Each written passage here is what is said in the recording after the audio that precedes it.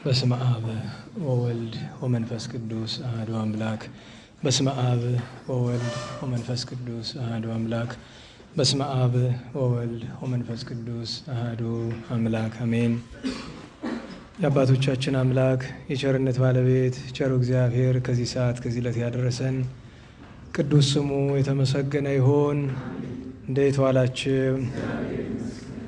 እንዴት ሰነበታችሁ? ቸርነቱ ምሕረቱ ይቅርታው በጎነቱ ለዘላለም የባሕሪ ገንዘቡ የሆነ አምላካችን እግዚአብሔር ከዚህ ሰዓት ከዚህ ዕለት ስላደረሰን ቅዱስ ስሙ የተመሰገነ ይሁን። እመቤታችን ወላዲተ አምላክ ድንግል ማርያም፣ ቅዱስ መስቀሉ፣ ቅድስት ቤተ ክርስቲያኑ ያከበራቸው ቅዱሳን ሁሉ ስማቸው የከበረ የተመሰገነ ይሁን። እንኳን አደረሳችሁ። እግዚአብሔር አምላካችን ከንጹሐን በረከት ያሳድርብን። የቅዱስ ማርቆስ ወንጌል ምዕራፍ 4 ቁጥር 1። ዳግመኛም በባሕር ዳር ያስተምር ጀመረ። በባሕርም ወደ ታንኳ ገብቶ እስኪቀመጥ ድረስ ብዙ ሰዎች ወደ እርሱ ተሰበሰቡ። ሰውም ሁሉ በባሕሩ ዳር በምድር ላይ ነበር። በምሳሌም ብዙ አስተማራቸው። ሲያስተምራቸውም እንዲህ አላቸው፣ ስሙ፣ እነሆ ዘሪ ሊዘራ ወጣ። ሲዘራም በመንገድ ላይ የወደቀ ዘር ነበር። ወፎችም መጥተው በሉት። አፈር በሌለበት በጭንጫ ላይም የወደቀ ነበረ። መሬቱም ጥልቀት አልነበረውምና ፈጥኖ በቀለ። ፀሐይም በወጣ ጊዜ ጠወለገ። ስርም አልነበረውምና ደረቀ። በእሾህ መካከልም የወደቀ ዘር ነበረ። እሾህም ወጣና አነቀው፣ ፍሬም አላፈራም። በመልካም ምድር ላይም የወደቀ ዘር ነበረ። በቀለ፣ አደገም፣ ፍሬንም ሰጠ። አንዱም 30 ሌላውም 60 ሌላውም 100 አፈራ። የሚሰማ ጆሮ ያለው ይስማ አለ። ብቻውን በሆነ ጊዜ አብረውት የነበሩት ከ12ቱ ደቀ መዛሙርቱ ጋር ምሳሌውን ጠየቁት። እርሱም እንዲህ አላቸው፣ ለእናንተ የእግዚአብሔርን መንግሥት ምስጢር ልታውቁ ተሰጥቷችኋል። በውጭ ላሉት ግን በምሳሌ ይሆንባቸዋል። ማየትን አይተው እንዳያውቁ፣ መስማትንም ሰምተው እንዳያስተውሉ፣ እንዳይመለሱ፣ ይቅርም እንዳልላቸው፣ ኃጢአታቸውም እንዳይሰረይላቸው። እርሱም እንዲህ አላቸው፣ ይህችን ምሳሌ አታውቁምን? እንግዲያ ምሳሌን ሁሉ እንዴት ታውቃላችሁ? ዘሪው የእግዚአብሔር ቃል የሚዘራ ነው። ቃል በተዘራበት መንገድ ያሉም እነዚህ ናቸው። ቃሉን እንደሰሙ ያን ጊዜ ሰይጣን መጥቶ የተዘራውን ቃል ከልባቸው ይወስዳል። ዳግመኛ በጭንጫ ላይ የተዘሩ ቃሉን ሰምተው ፈጥነው በደስታ የሚቀበሉት ናቸው። ለጊዜው ነው እንጂ ስር የላቸውም። ስለዚህም ቃል መከራ ወይም ስደት በሆነ ጊዜ ወዲያውኑ ይክዳሉ። በእሾህም መካከል የተዘሩ ቃሉን የሚሰሙ እኒህ ናቸው። የዚህ ዓለም ሐሳብና የባለጠግነት ማታለል፣ ሌላው ምኞት ሁሉ ይገቡበትና ቃሉን ይንቁታል፣ ያንቁታል፣ እርሱም አያፈራም። በመልካም ምድር የተዘሩ ቃሉን ሰምተው የሚቀበሉት ናቸው። አንዱም 30 አንዱም 60 አንዱም 100 ቅንጣት የሚያፈራ እነዚህ ናቸው። እንዲህም አላቸው፣ መብራትን አብርተው እንቅብ ሊደፉባት ወይም ከአልጋ በታች ሊያኖሯት የሚያመጧት አሉን? በመቅረዟ ላይ ሊያኖሯት አይደለምን? የሚሸሸግ ስውር የለም፣ የማይገለጥም የተሸፈነ የለም። የሚሰማ ጆሮ ያለው መስማትን ይስማ። ስለ ቅዱስ ቃሉ እግዚአብሔር አምላካችን ስሙ የተመሰገነ ይሁን። የተመሰገነ ይሁን። ሰማችኋል አይደል? እንግዲህ ያው በሀገሪቱ ሙሉ መብራት ጠፍቶ ይሆን ወይ የዚህን ሰፈር እየመረጡ በተለይ ረቡዕ እያጠፉት ይሆን? እግዚአብሔር ያውቅላቸው። እንግዲህ ያው እንዲያ እየሆነ ነው። እችኛይቱን እንግዲህ ያሰንብታት። እሷም ቢካለች ቀረብ ብለን እንግዲህ በጉሮሯችን እንጮኋለን።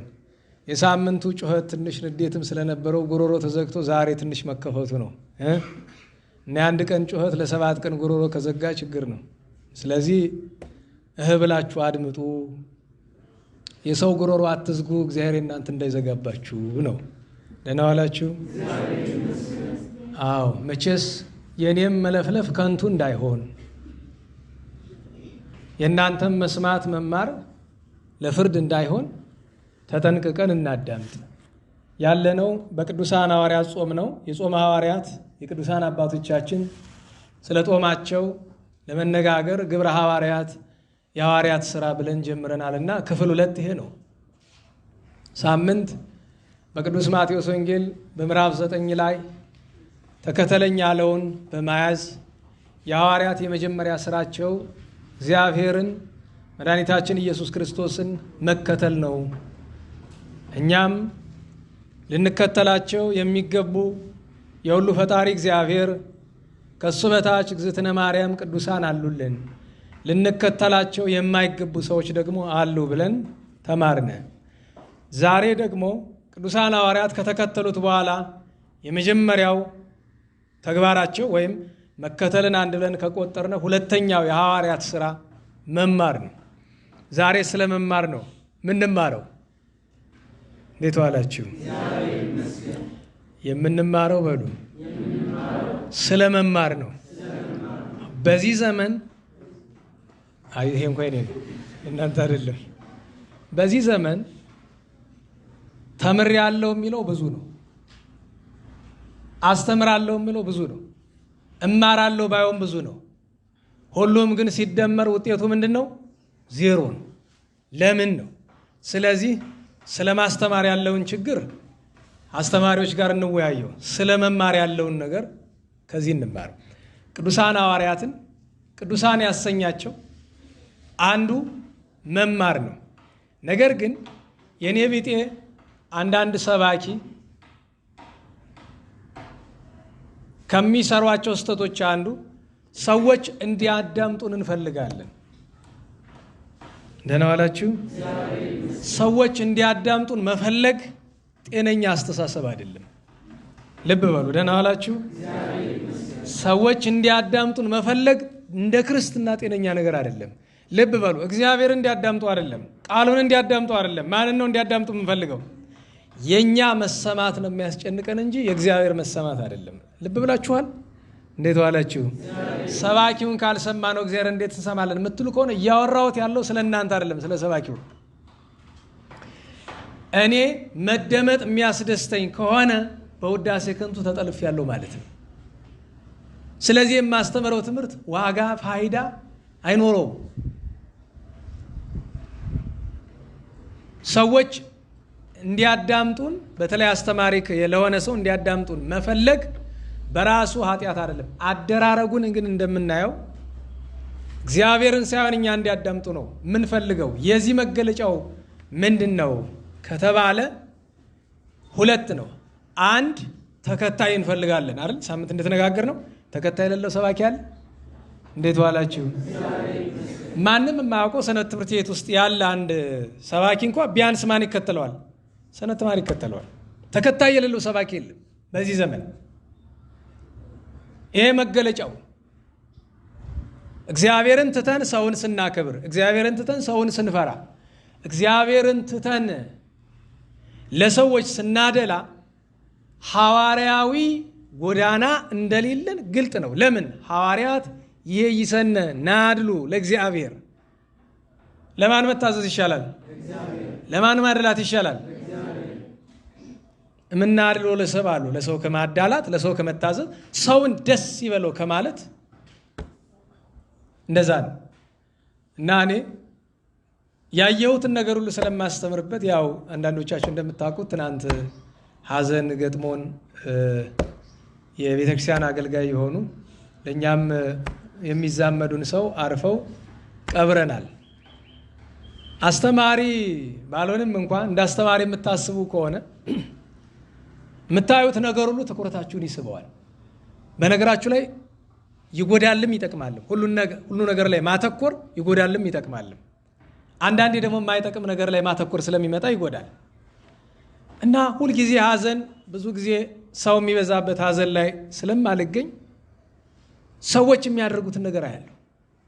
በመጀመሪያ አንድ ትምህርት ልስጣችሁ። ደህና ዋላችሁ? ባዘነ ሰው ላይ አትፍረዱ። በተለይ እኛ ሀገር ላይ በጣም መጥፎ ነገር ሐዘን ላይ ይሄድና ስለ አለቃቀሳቸው አቃቂር ያወጣል። በጣም ብዙ ሰው በጣም የሚያለቅሰውን ሰውዬ ይሄኔ እኮ ቆሞ እያለ ለሟቹ ምንም አላደረገለትም ይላል። በደንብ የማያለቅሰውን ደግሞ እየው እስኪ እንዲህ አያለቅስም፣ ወይኔ ወይኔ አይልም፣ አባቴ አባቴ አይልም ይላል። ምን አገባህ በሉ እስቲ። እንዴት ዋላችሁ? እንዲህ ያለው ሰው ምንድን ነው የሚባል? ምን አገባው? በነገራችሁ ላይ በገዛ እንባዬ በገዛ ቤቴ ባለቅስ ባላለቅስ ምን አገባው? አንድ ትምህርቴ ነው። ሁለተኛ እኔ እዛ ስቆም ሲያዩኝ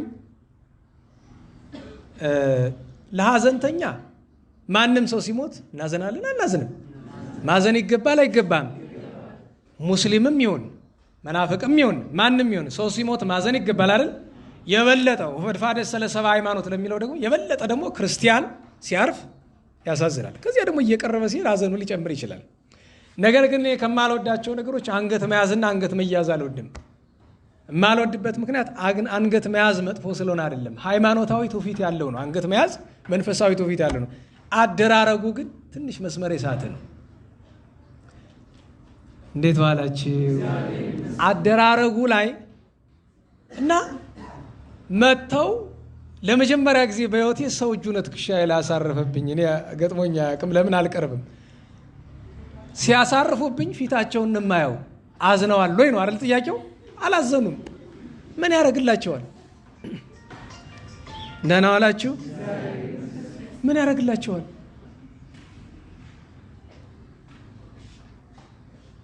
ይኸውላችሁ ሐዘን ላይ የምንሄደው ዋናው ምክንያት ያዘኑትን ለማጽናናት ነው አይደል? ያዘኑትን ለማጽናናት አንገት መያዝ፣ አንገት ተያይዞ ማልቀስ የተጀመረበትን ጊዜ ከአባታችን ከኖህ ጊዜ ጀምሮ ወደ ኢትዮጵያ የመጣበት የራሱ ታሪክ አለው። አንገት ለአንገት ተያይዞ ማልቀስ ያለ ነው። በእስራኤል ታሪክ በተለይ የነበረ ነገር ነው። አንገት ለአንገት ተያይዞ ሐዘንን ለቅሶን ለመወጣት ነው እንጂ መጥቼ ነበረ። ልክ በዚህ በቀልድ ድሮ አንዳንዱ ቀልድም ትምህርት አለው። ድሮ ልጆች እያለን የተሰራ እንደ ቀልድ ነገር ነው ነገሩ፣ ግን እኔ ከቀልዱ ውስጥ ቁም ነገር አገኘሁበት እና ሰውየው ሩጫ ተወዳደር ተብሎ ገብቶ እሱ ሩጫውን ጨርሶ ሲመለስ ውድድሩ አልቆ ስቴዲየሙ ተዘግቶ መሽቷል፣ የለም እና ሄዶ አንኳኩቶ ዘበኛውን መጥቶ ነበረ በላቸው ትንሽ ክፍያ ካለ እንዳይረሱኝ። ሰዎች ሐዘን ላይ የምንሄደው ቀሩ ላለመባል ነው። እንዴት ዋላችሁ? ኧረ በሞቴ እግዚአብሔር ይመስገን በሉ፣ በደንብ በሉ ባካችሁ። አዎ እኔ በባዶ ጉሮሮ እንዴት እንደሚባል ላሳያችሁ። እግዚአብሔር ይመስገን ብዬ አይሰማም?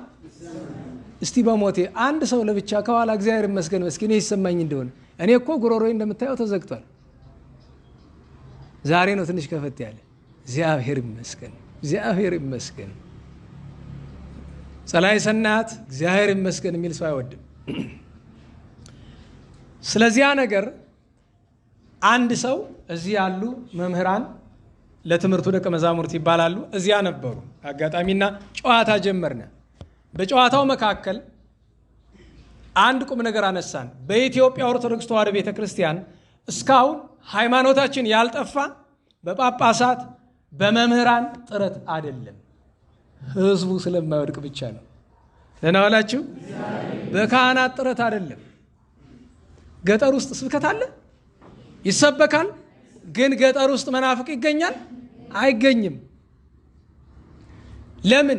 እውነተኞቹ አባቶቻችን በአፄ ዘርዓ ያዕቆብ ዘመን ጻድቁ ንጉሥ አፄ ዘርዓ ያዕቆብ ምን አደረጉ? ነገ የሚደረገውን ነገር ሲያውቁ የሃይማኖቱን ስርዓት ወስደው ከምኑ አስገቡት? ከህዝቡ ባህል ላይ። ባህል ከሆነ ደግሞ ህዝቡ እንቅ ብታደርጉት አይለቀውም።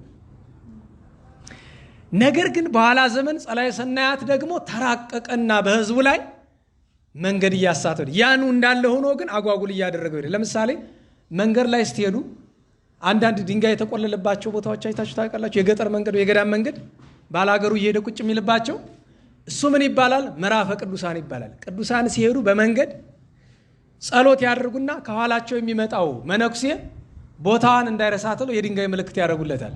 ያን የገጠሩ ሰው ወይም ደግሞ መደበኛው ምዕመን ሲያየው እሱም ድንጋይ እየጨመረበት ይቆለላል። በጊዜ ሂደት በየገጠሩ ብትሄዱ እነዛ ምንድን ናቸው? ጥቁር ዶሮ የሚታረድባቸው ምናምን አሁን ማምለኪያ ሆኗል። ጣዖት ማምለኪያ። ልብ በሉ። ደህና ዋላችሁ? ምዕራፈ ቅዱሳን የነበሩትን ዛሬ ምንም ሳይቀየር ግን ምዕራፍ አጋንንት አድርገውታል አንዳንድ ሰዎች። ይህ አንገት መያዝ መንፈሳዊ ትውፊት ነው። ዛሬ ግን ማስመሰያ ሆኗል። ሰዎች ሳያዝኑ ያዘኑ የሚመስሉበት። ደግሞ እኮ አድራጊው ወዶ አይደለም እኮ ዝም ብሎ ሄዶ ቢቆም በሌላ ቀን አየኸው አይደል ያነ አንገቴን እኮ ሳይዘኝ ቀረ እኔ ያላዘንኩ መስሎት ነው ብሎ ስሙን በክፉ ያነሳዋል። ይሄንን ሁሉ ለምን ትላለህ ብትሉኝ በኢትዮጵያ ኦርቶዶክስ ተዋሕዶ ቤተክርስቲያን ውስጥ ከፍተኛ የሆነ የትምህርት እጥረት አለ። እንዴት ዋላችሁ? ከፍተኛ የሆነ የምን እጥረት አለ? ልብ በሉ፣ የምን እጥረት? እንደዚህ ዘመን ቃለ እግዚአብሔር ተነግሮ ያውቃል? እንደዚህ ዘመን ህዝቡ ደንቁሮ ያውቃል? ይኸውላችሁ፣ እንደዚህ ዘመን ሰባኪ የበዛበት የለም። እንደዚህ ዘመን ህዝቡ የደነቆረበት ዘመን የለም። ተረድተነው ከሆነ ስለዚህ ስለ መማር ከሆነ የምንነጋገረው የሐዋርያት ስራ ብለናል። የመጀመሪያው የሐዋርያት ስራቸው ምንድነው አለ? እግዚአብሔርን መከተል። ሁለተኛው ምን ማለት ነው? የተማሩ ከማን ነው? እግዚአብሔር ኢየሱስ ክርስቶስ ከጌታችን ተምሯል። እኛስ መማር ያለብን ከማን ነው? ከራሱ ከባለቤቱ። የሚያስተምር ማለት ነው። እንዴት ዋላችሁ? ፍጡር ማስተማር ይችላል? ንገሩኝ። እግዚአብሔር ሳያድርበት መንፈስ ቅዱስ መሳሪያ ሳያደርገው ፍጡር መንፈሳዊ ነገር መናገር አይችልም። ስለዚህ ዛሬ መንፈሳዊ ነገር እንዴት ነው መናገር የሚቻለው፣ መንፈሳዊ ነገር እንዴት ነው ማዳመጥ የሚቻለው የሚለው ነው ጉዳያችን። ለዛ ነው ወንድሞቻችን በተለይ ነገ ከነገ ወዲያ ለስብከት ለአገልግሎት የምትሄዱ ቅዱሳት መጻሕፍትን ጸዋትወ ዜማ የተማራችሁ በተለይ አስተማሪ እየስጠቅስ እናንተን ይመለከታል፣ እኔን ይመለከታል። አንዳንዴ ግራ ነው የሚገባኝ። ትናንት ሰባኪ አልነበረም በሚባልበት ዘመን እንግዲህ ልብ በሉ፣ አንድ ዳታ የዛሬ 10 ዓመት ተሰራ። በ2004 እና በ2005 የተሰራ ዳታ ነው። ኢህአዲግ ከገባ ጀምሮ ከ1983 እስከ 2004 ድረስ ለናውላችሁ ከ5 ሚሊዮን በላይ ኦርቶዶክሳዊ ሃይማኖቱን ክዷል። በነዛ 20 ዓመታት ደግሞ በሺህ የሚቆጠሩ ሰባኪያን ከጉባኤ ቤትም ከኮሌጅ ከምንም ተመርቀው ወጥተዋል።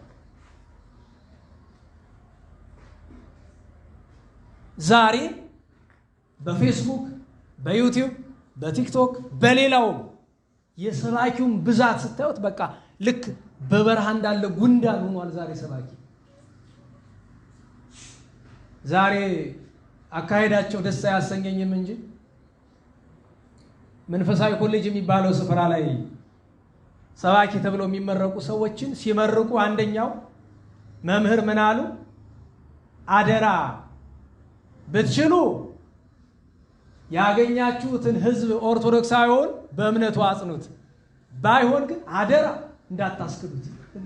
አሁን እናንተ ተመረቃችሁ ትሄዱ እንደዚህ አይብላችሁ ይከፋችኋል አይደል? ይከፋችሁ አይገባም። በዚህ ዘመን ከሚያሳምነው የሚያስክደው አይበዛም።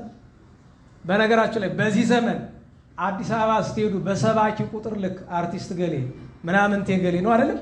ለምን አርቲስት ገሌ ከሌለ ሰው አይመጣማ ወደ ጉባኤ።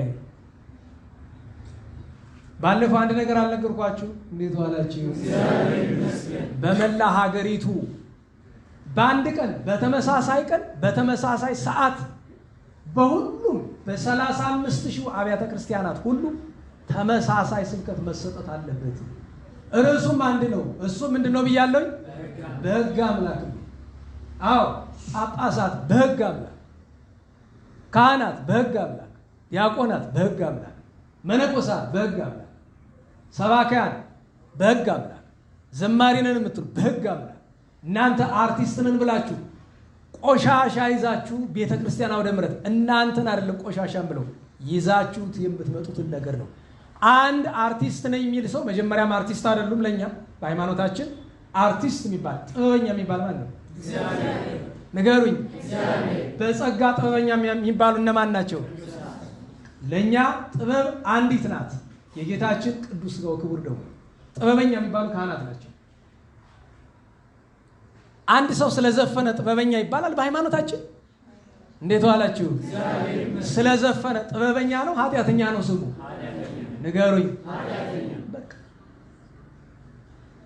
ፊልም ላይ ስለተወነ ስሙ ተዋናይ ነው አይደል? ተዋናይ ምንድን ነው? አስመሰለ። በጥሩ ትርጉም በደለ ተብሎ እኮ ይተረጎማል። እንዲያውም አንድ ሊቅ ምን አሉ? ዳንስ የሚለው እንግሊዝኛ ደነሰ ከሚለው የግዕዝ ነው የመጣ። ደነሰ በደለ ይላል። ቅድም አንድ የድሮ ሰንበት ተማሪ እዚህ ድሮ የዛሬ 35 ዓመት ምናምን የነበሩ ሰንበት ተማሪዎች አሉ። በነገራችሁ ላይ አሉ፣ ዛሬ አግኝተናቸው ከኛ በፊት የነበሩ ማለት ናቸው። እና እንዲያው አዲስ አበባ ጭብርብር ነው ምንድን ነው የሚሉት የሆነ ወረብ አለ። አጫብር ነው እየስል አዎ ምንድን ነው ጉዱ ከየት ነው የመጣ ብሏል። አይ ችግሩ ከአጫብር ወረብ አይደለም። አጫብር የራሱ ስርዓት ያለው ነው። ታዲያ መሀል ሀገር አዲስ አበባ ያለ ሰንበት ተማሪ መቼም ይሄን ሲሰማ ያብዳል፣ መዳነስ ይፈልጋል። አዲስ አበባ ሰንበት ተማሪ እውነቴን ከሁሉ ደግሞ ሰንበት ተማሪ ሁሉን ማለት ያለ በጣም ልባሞች አሉ። ይሄ ግን በየቪዲዮ የምታዩቸው አዲስ አበባ በተለይ አውደ ምሕረት ላይ ታቦት ሲወጣ የምታዩቸው እነዚያ በሙሉ የዳንስ አምሮታቸው ያልወጣላቸው ናቸው። ስለዚህ የዳንስ አምሮታቸው ለመወጣት ሲፈልጉ ማንን አገኙ? አጫብር ወረብን አገኙ። ያንን በደንብ ይዳንሱበታል። አስባችሁታል? ታቦት አውጥቶ መዳነስ ያሳፍራል እኮ። ይሄ ሁሉ ከምን ችግር ነው? ካለመማር። ቀዳማይ፣ ካልአይ፣ ሳልሳይ፣ ራብዓይ፣ ሀምሳይ እያለ ይማራል አይደል? የለም። ለከንቱ ነው የሚያስተምሯቸው፣ ለከንቱ ነው የሚማሩት። ለከንቱ ከንቱ ማለት ምን ይመስላችኋል? ከንቱ የተባለ ዲያብሎስ ከንቱ ነው ዲያብሎስ። በነገራችሁ ላይ ከንቱ ማለት ፍሬ ማያፈራ ነው አይደል? ዲያብሎስ 1 ሚሊዮን ሰው አስቶ ምንድነው ሽልማቱ? ምንም። አይ ሽልማትም አለው ካልከኝ ደግሞ ገሃነመ እሳት። ሲኦልን እኮ ኃጥአንን ብቻ አይደለም የሚያስገባባቸው፣ ማንም ይገባበታል። የእሱ መኖሪያው እኮ ነው፣ መጠበሻው እኮ ነው። ምቾት ያለው ይመስላል እሱ። እንዴት ዋላችሁ? ስለዚህ ለከንቱ የሚያስተምር ሰው በዛብን፣ ለከንቱ የሚማር ሰው በዛብን፣ ህዝቡን ለመሰብሰብ ብለን። በነገራችሁ ላይ እኔ አንዳንድ ጊዜ ምሳሌ ለመሆን መበቃ ሰው አይደለሁም። እግዚአብሔር ግን በቸርነቱ አንዳንድ ምሳሌ የሚሆኑ ነገሮችን ያሳያል። ለምሳሌ እዚህ ያላችሁ በሞላችሁ እንድትመጡ ጥሪ ተደርጎላችኋል። እንዴት ዋላችሁ? ሳምንት እንድትመጡ ብያችሁ አውቃለሁ። የሆነ እንድትመጡ ኢንሴንቲቭ ማበረታቻ አድርጌ አውቃለሁ። እዚህ ዓለም ላይ እንደኔ ስብከቱ ስድብ የሚመስል ሰው እኔ አላውቅም አይደል? ለምንድን ነው የምትመጡ? ወደሽን ቆማጤ ንጉሥ ትመርቅ ያለ በግድህ ነው የምትመጣ። ማን እንደሚያመጣ ታውቃለህ? አይምሮን አስገድሎ አውቀዋለሁ፣ ባለቤቱ ነው። ትምህርት ገንዘብ ለማግኘት ብለህ ህዝብ አትንከባከብ። ቆንጥጦ የያዘው ይሰጣል። ዝክረ ቅዱሳን በዓመት ለ300 ለ200 ገዳማት ቀለብ የሚሰፍረው እረ ገንዘብ አምጡ ምዕመናንን ተንከባከቡ ብለን ነው? እንዴት ዋላችሁ? ብለን ነው ወይ? ገንዘብ ልስጥ ሲለን እንኳ ማለት ነው። ስንት ነው ደጅ ማስጠላው ነው ታውቃላችሁ? ገንዘብ ለመስጠት 500 ብር ይዣለሁ እና ምን አገባኝ ለዝክረ ቅዱሳን ልሰጥ ብዬ እና ስጣ ከፈለክ እዛው ሄዳ አካውንቱ አስገባ። እኔ ምንድን ነኝ? ደህና ዋላችሁ? ሰው ሲያይ እናት ይሄ ሰውዬ እብድ ነው መሰለኝ። አዎ እብድማ እብድ ነው ይድሮ። ግን ምን ብዬ እንከባከበዋለሁ? ሀብታም ሲመጣ ተንከባከበው፣ ድሃዋ ስትመጣስ? ቅዱስ ያዕቆብ እንደተናገረው አንቺ ከአመዱ ላይ ተቀመጭ ነው። በጣም ችግር አለ። ስብከት እየተሰበከ አይደለም። ታዲያ ስብከት ምንድን ነው? ታዲያ ማስተማር እንዴት ያለ ነው ትለኝ እንደሆነ ምን ጥያቄ አለው? ጌታችንንና ሐዋርያትን ተመልከታቸው። ትምህርትህ የጌታችንን ትምህርትህ የቅዱሳን ሐዋርያትን ካልመሰል እያስተማርክ አይደለም። የሐዋርያት ስራ ማለት ተምረዋል፣ ልክ እንደ ተማሩት አድርገው አስተምረዋል ነው። መልካም። አንዲት ደጋግሜ የምጠቅሳት ምሳሌ ልጥቀስላችሁ። ሊቀ ሊቃውንት አለቃ እያሌው ታምሩ በኢትዮጵያ ኦርቶዶክስ ተዋሕዶ ቤተክርስቲያን ከሳቸው በኋላ እሳቸውን የሚተካ ሰባኪ አልተገኘም። አሁን አለቃ እያሌው ታምሩ ሲባል እነዚህ ሀገሪቱን ለማጥፋት ንጉሥ እናነግሳለን ምናምን የሚሉት ሰዎች መጠቀሚያ ያድርገዋቸዋል አይደል? እንዴት ዋላችሁ? ልክ መናፍቃን ዮሐንስ አፈወርቅን እየጠቀሱ እንደሚሰብኩት ታውቃላችሁ። ዮሐንስ አፈወርቅን እየጠቀሱ ለምን ይመስላችኋል? ደናውን መርጠው ወደ ራሳቸው ማስጠጋታቸው እኮ። እንዴት ዋላችሁ? ከወንጌል ጠቅሶ ሲያስተምር ያልተቃናለት አፈወርቅን ሲጠቅስ ሊቃናለት ነው። እነዚህኞቹ ደግሞ የልክ እነሱ አስመስለው እንዲያው አለቃ እያሌው ታምሩ ተነስቶ ቢመለከቷቸው መጀመሪያ እንዲያው የሚያስገርፏቸው እነዚህን ነበር። ታዲያ አለቃ አያሌው ታምሩን የመሰለ ሰባኪ አልነበረም። ያ ማለት አያጠፉም ማለት አይደለም። ሰው ናቸው አይደል? ከመቤታችን በቀር ማያጠፋ አይደለም። ቅዱሳን እንኳን ያጠፋሉ። እንኳን ስጋ ለባሽ የሆነ ሰው እንኳን የሚበላ የሚጠጣ ከእህል የተከለከለም ቅዱሳን እንኳን ሊያጠፉ ይችላሉ አንዳንድ ጊዜ አይደለም። በአጸደ ስጋ ሳሉ ከስህተት ለመጽዳት በጣም ፍጹም ገድል ያስፈልጋል።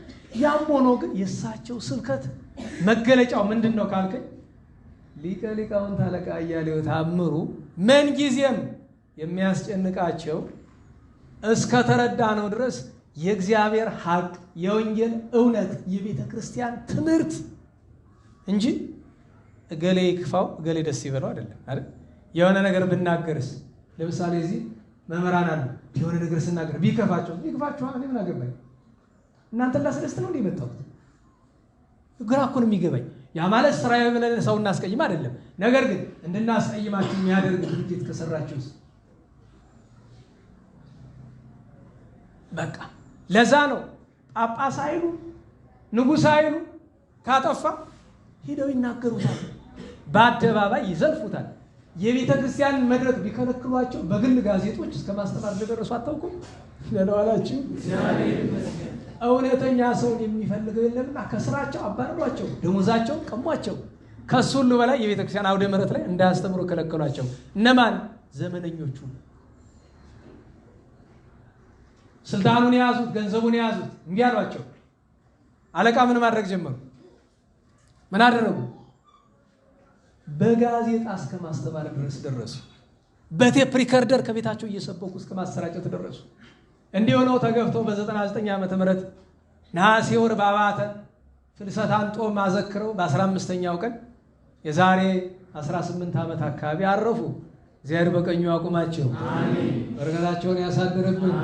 እሳቸውን የመሰለ አባት መምህር አይንሳል። ለስብከቱማ አማርኛ ማሳመር፣ ምስጢር ማስተካከል ለማናቅቱ ሞልቷል። ምስጢር ማስተካከል ለማናቃተ መንፈስ ቅዱስ መሳሪያ የሚያደርገው ግን እንጃ እንዴንታን ካልሆነ በቀር እንጃኔ። በተለይ ድሃ ተበደለ በውስጥ ፍርድ ተጓደለ። አዎ እንዲህ የሚል ዳኛን የሚገስጽ አለ የለም? አልቦ አሃዱ ያለው ቃለ ዳዊት እኮ ተፈጽሞብናል። የለም አጣነ። ታዲያ ስብከት ምንድነው? መንጋው እየተበላ ዝም ብለህ መድረክ ላይ ወጣ። እንደው ቅዱስ ያዕቆብ ነገር ደረሰብን። አንድ ሰው ተርቦ ወደ አንተ የሚመጣ ሂድ እሳት ሙቅ ጥገብ ብንለው ይላል ቅዱስ ያዕቆብ ይባላል። እንዴት ዋላችሁ? እየታረደ ያለ ህዝብህን ምንድነው የምትለው? አንተ ሰባኪ ከሆንክ አባት ከሆንክ እየታረደ ያለውን ምንድነው የምትለው? አራጁን ተው፣ ልጆችን ምዕመናንን ወገኖችን አትረድ፣ ታራጁን ደግሞ አይዞ አደባባይ ወጣ በርታ አለው እኛም አብረን እንሞታለን ለሃይማኖታችን እያለ የሚያደፋፍራለን። አንድ አቡነ ጴጥሮስ ባለፈው 100 ምናምን ዓመት ውስጥ አንድ አቡነ ጴጥሮስን አንድ አቡነ ሚካኤልን ያሉን ያሳዝናል። ያሳዝናል ብቻ ሳይሆን ያሳፍራል። አረ ይቀፋል፣ በሞቴ ይቀፋል። የሚደረገው ነገር ይቀፋል ስናየው። ታዲያ ወደ ዋናው ጉዳያችን ስንመለስ አለቃ አያሌው ታምሩም ስብከት ስለሚያውቁ እውነተኛ ሰባኪ ስለሆኑ ብቻ አይደለም የምናነሳቸው፣ ደጋግም የምናገረው ስላልገባን። አንድ ጊዜ ጠሯቸው። ይሄ ተተኪ መምህራን ይባላል፣ ተተኪ አስተማሪ ይባልና ኮርስ ስጧቸው ይባላል። እና ኮርስ ሊሰጡ ተጠርተው ሄደው ምንድነው የምትፈልጉ አሉ። የስብከት ዘዴ ያስተምሩና አሏቸው። መልሳቸው ምን ነበረ? አጭር ጠፈፍ ያለች ናት። ምንድነው መልሱ? አብራችሁኝ በሉ። ስብከት በሉ እስቲ። ዘዴ የለውም። ምክንያቱም ዘዴ ያለው ምድራዊ ነገር ነው። በነገራችሁ ላይ ንስሐ ዘዴ ያለው በዘዴ ነው ወይ? እንዴት ያለ ነገር ነው? ቁርባን በዘዴ ነው? መንግስተ ሰማያት በዘዴ ነው እንደምትወረሰው? አንድ ሰባ ምን አሉ በኋላ? ስብከት ዘዴ የለውም ካሉ በኋላ የሚሰብክ የሚያሰብክ መንፈስ ቅዱስ ነው። መንፈስ ቅዱስ አድሮብህ ያስተምራል፣ አለ ያርፋ ትቀመጣለህ። ስለዚህ አንድ ሰው ሰባኪ ሲሆን ሊያስጨንቀው የሚገባው ነገር መንፈስ ቅዱስ ከኔ ጋር ነው ወይስ አይደለም ነው። መንፈስ ቅዱስ ከእሱ ጋር ለሆኑ መገለጫ ደግሞ መንፈስ ቅዱስ ያደረባቸው ቅዱሳን ሐዋርያትና ቅዱሳን ሊቃውንት የኖሩትን ኑሮ መመልከት ነው። ያ ከሌለ ሰባኪ የምትሆነው የሥራ ዘርፍ አድርገው ነው ማለት ነው። በዚህ ዘመን ስብከት ምንድን ነው? እንዴት ዋላችሁ? አንዲት ሞኛ ሞንጅላጅል መጣችና ሰው ሀገር አሜሪካ እንዴት ነህ አለችኝ።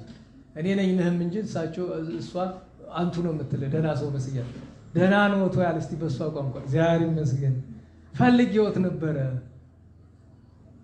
እሺ ምንድን ነው ምን ፈልገሽ? እንዲያው ቅር እያለኝ። ምን አጠፋነ? ሁሉ ሰባኪ መኪና አለ፣ እንዴት ሰው በእግሮት ይሄዳል? ልግዛለሁት እንጂ አለች። አለ ትግዛልኝ አልስታችሁ እንደ ደህና ቆርጥ አለ እኮ ጅላጅል ይኸው አይበላ ያስበላ ይላል። አንተ ጂቤም ላንተ አይደል? ጂቤን ነው ጎልደን አይበላ ያስበላ ሰርተ ብላ እንጂ። ለዚህች ሰው መልሱ ምንድን ነው? ቀጥ ብለሽ ከቤት ውጭ። እንደዛ ነው የሚባለው። እንዳትረሱ ነገ ቢሏችሁ ቀጥ ብለሽ ውጭልኝ ከዚህ። ምን ትላለች እቺ ደግሞ? መኪና። እንዲያውም አንዱ ሰባኪ ኧረ እባክህ ሀገር እያለቀ ቤተክርስቲያን እየተበደለች ነው፣ እባክህ ቢያንስ አንድ ቀን በስብከት መካከል የቤተክርስቲያንን ግፍ ተናገር። በጣም ዝነኛ ስለሆነ ያው ሰው ይሰማዋል ተብሎ ሄዶ ለጠየቀው ሰው ምን ቢለው ጥሩ ነው? ቆይ ጂፕላስ ምናምን እየሰራው ስለሆነ እሷ ትለቅልኝ ከዛ በኋላ እናገረ ብሎ አለ ይባላል። ቃል በቃል ነው በነገራችሁ ላይ እንዲናገር የተላከው ሰው በአጋጣሚ የኛ ሰው ነው። እንደዛ ብለዋል ብሎ ዛሬ ያንን ሰባኪ ሳይሆን አዝናለሁ። በእርግጥ ተጸጽቶ ንስሐ ገብቶ ይሆናል። በእርግጥ እዛ ፎቁ ፈልሰስ ብሎ እየኖረ ነው ያለ። እግዚአብሔር ይማረው ይማረን፣ ይቅር ይበለው ይቅር ይበለን። አሁን የሰባኪው ልተው ምን ማን ሰባኪው ነው አይሰማኝ ወስሮ ነው። ቢሰማኝም ስድብ ነው፣ ሌላ ትርፍ የለውም። ወደኛ እንምጣ። ወደኛ ስንመጣ መማር ብለን ስንል ቅዱሳን ሐዋርያት እንዴት እንደተማሩ መጀመሪያ እንመልከት። በዚህ በቅዱስ ማርቆስ ወንጌል ጌታችን የዘሪውን ምሳሌ አንድ ምሳሌ ያወጣን እንጂ ጠቅላላ ወንጌል ትምህርት ነው። የዘሪውን ምሳሌ አስተማራቸው። ልብ በሉ። ሲያስተምራቸው ቅዱሳን ሐዋርያት ተቀምጠው ያዳምጡ ነበር። ደህና ዋላችሁ? እግዚአብሔር ይመስገን። ያዳምጡ ነበር። ነገር ግን አልገባቸው። እንዴት ዋላችሁ? እግዚአብሔር ይመስገን። ምን አላላቸው? አልገባቸውም። ያ ከሐዋርያት የምወደው ነገር የራሴን ስንፍና እያየሁኝ ቅዱሳን ሐዋርያት ጥያቄ ሲጠይቁ ሰብሰብ ብሎ ነው፣ ከስንት አንድ ካልሆነ አንድ ባንድ አይደለም። እዚህ አሁን ያልገባችሁን ሳትጠይቁ አትሂዱ ብያውን ላስተምር ነኝ። ከዛ በኋላ ተሰልፈ ልትመጣል መፈንዳቴ ያ እንዳይሆን ልክ እዚህ ላይ አርማጭሆ ሂጅ ዝናቸውን ሰምቻለሁ። አስኳላ ትምህርት ነው አስተምሬ ስጨርስ ያልገባው ብዬ 60 ተማሪ ነው ያለ። ስንቱ ነው እጁንም ያወጣ? 60 በሙሉ እንደ ሹግ ቀጣሉ።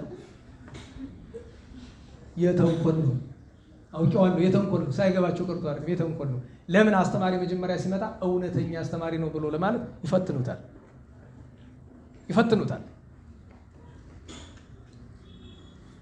ሰብሰብ ብለው ቅዱሳን አባቶቻችን ብቻውን ሲያገኙት ጌታ ሆይ ቅድም ያስተማርከው በምሳሌ ነው። ዘሪ ሊዘራ ወጣ፣ ዘሩንም ዘራ። አንዱ እንዲህ ባለ ስፍራ፣ ሁለተኛው እንዲህ ባለ ስፍራ፣ ሶስተኛው እንዲህ ባለ ስፍራ ብለህ በጎዳና የወደቀ አለ፣ በእሾህ መካከል የወደቀ አለ፣ በጭንጫ በደንጊያ ላይ የወደቀ አለ፣ በመልካሙ መሬት ላይ የወደቀ አለ ብለህ አስተማርክ። በጎዳና ዳር ያለውን ወፎች በሉት። በእሾህ መካከል የተዘራው ለጊዜው በቀለ፣ ኋላ ግን እሾህ አንቆ አስቀረው። በጭንጫው መካከል የተተከለውም ጥቂት በቀለ፣ በኋላ ግን ስር ስላልነበረው ደረቀ። በመልካሙ መሬት ላይ የወደቀው ግን 30፣ 60፣ 100 ፍሬን አፈራ አልክ። ምንድን ነው ይሄ ነገር አስረዳን ብለው ጠየቁት።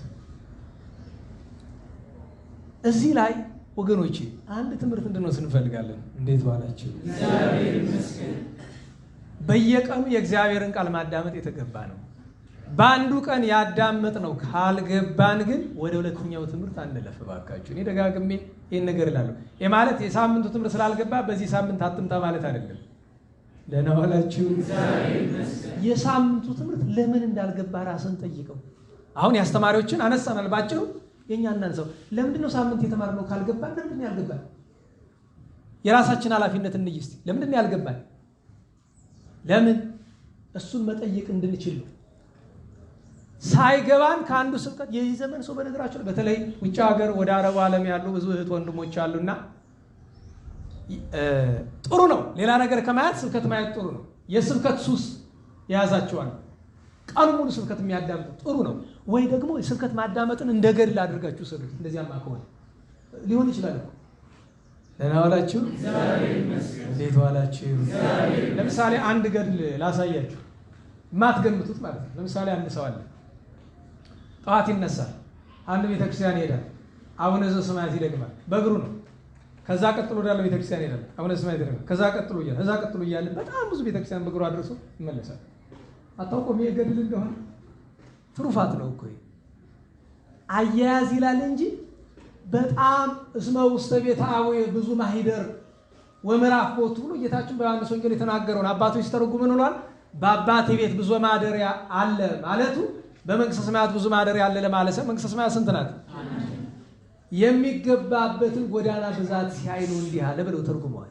እያችሁ በጾም የእግዚአብሔርን መንግስት የሚወርስ አለ፣ በጸሎት የሚወርስ አለ፣ በምጽዋት የሚወርስ አለ፣ በስግደት የሚወርስ አለ፣ በትህትና ስራ የሚወርስ አለ። ሁሉን የያዙ ቅዱሳን አለ። እንደ ችሎታው ግን አንድ ነገር ላይ የሚያተኩራል። በነገራችሁ ላይ ትኩረታችሁ የት ላይ ነው? አንዱ ላይ አተኩራችሁ ማለት ሌላውን ተው ማለት አይደለም።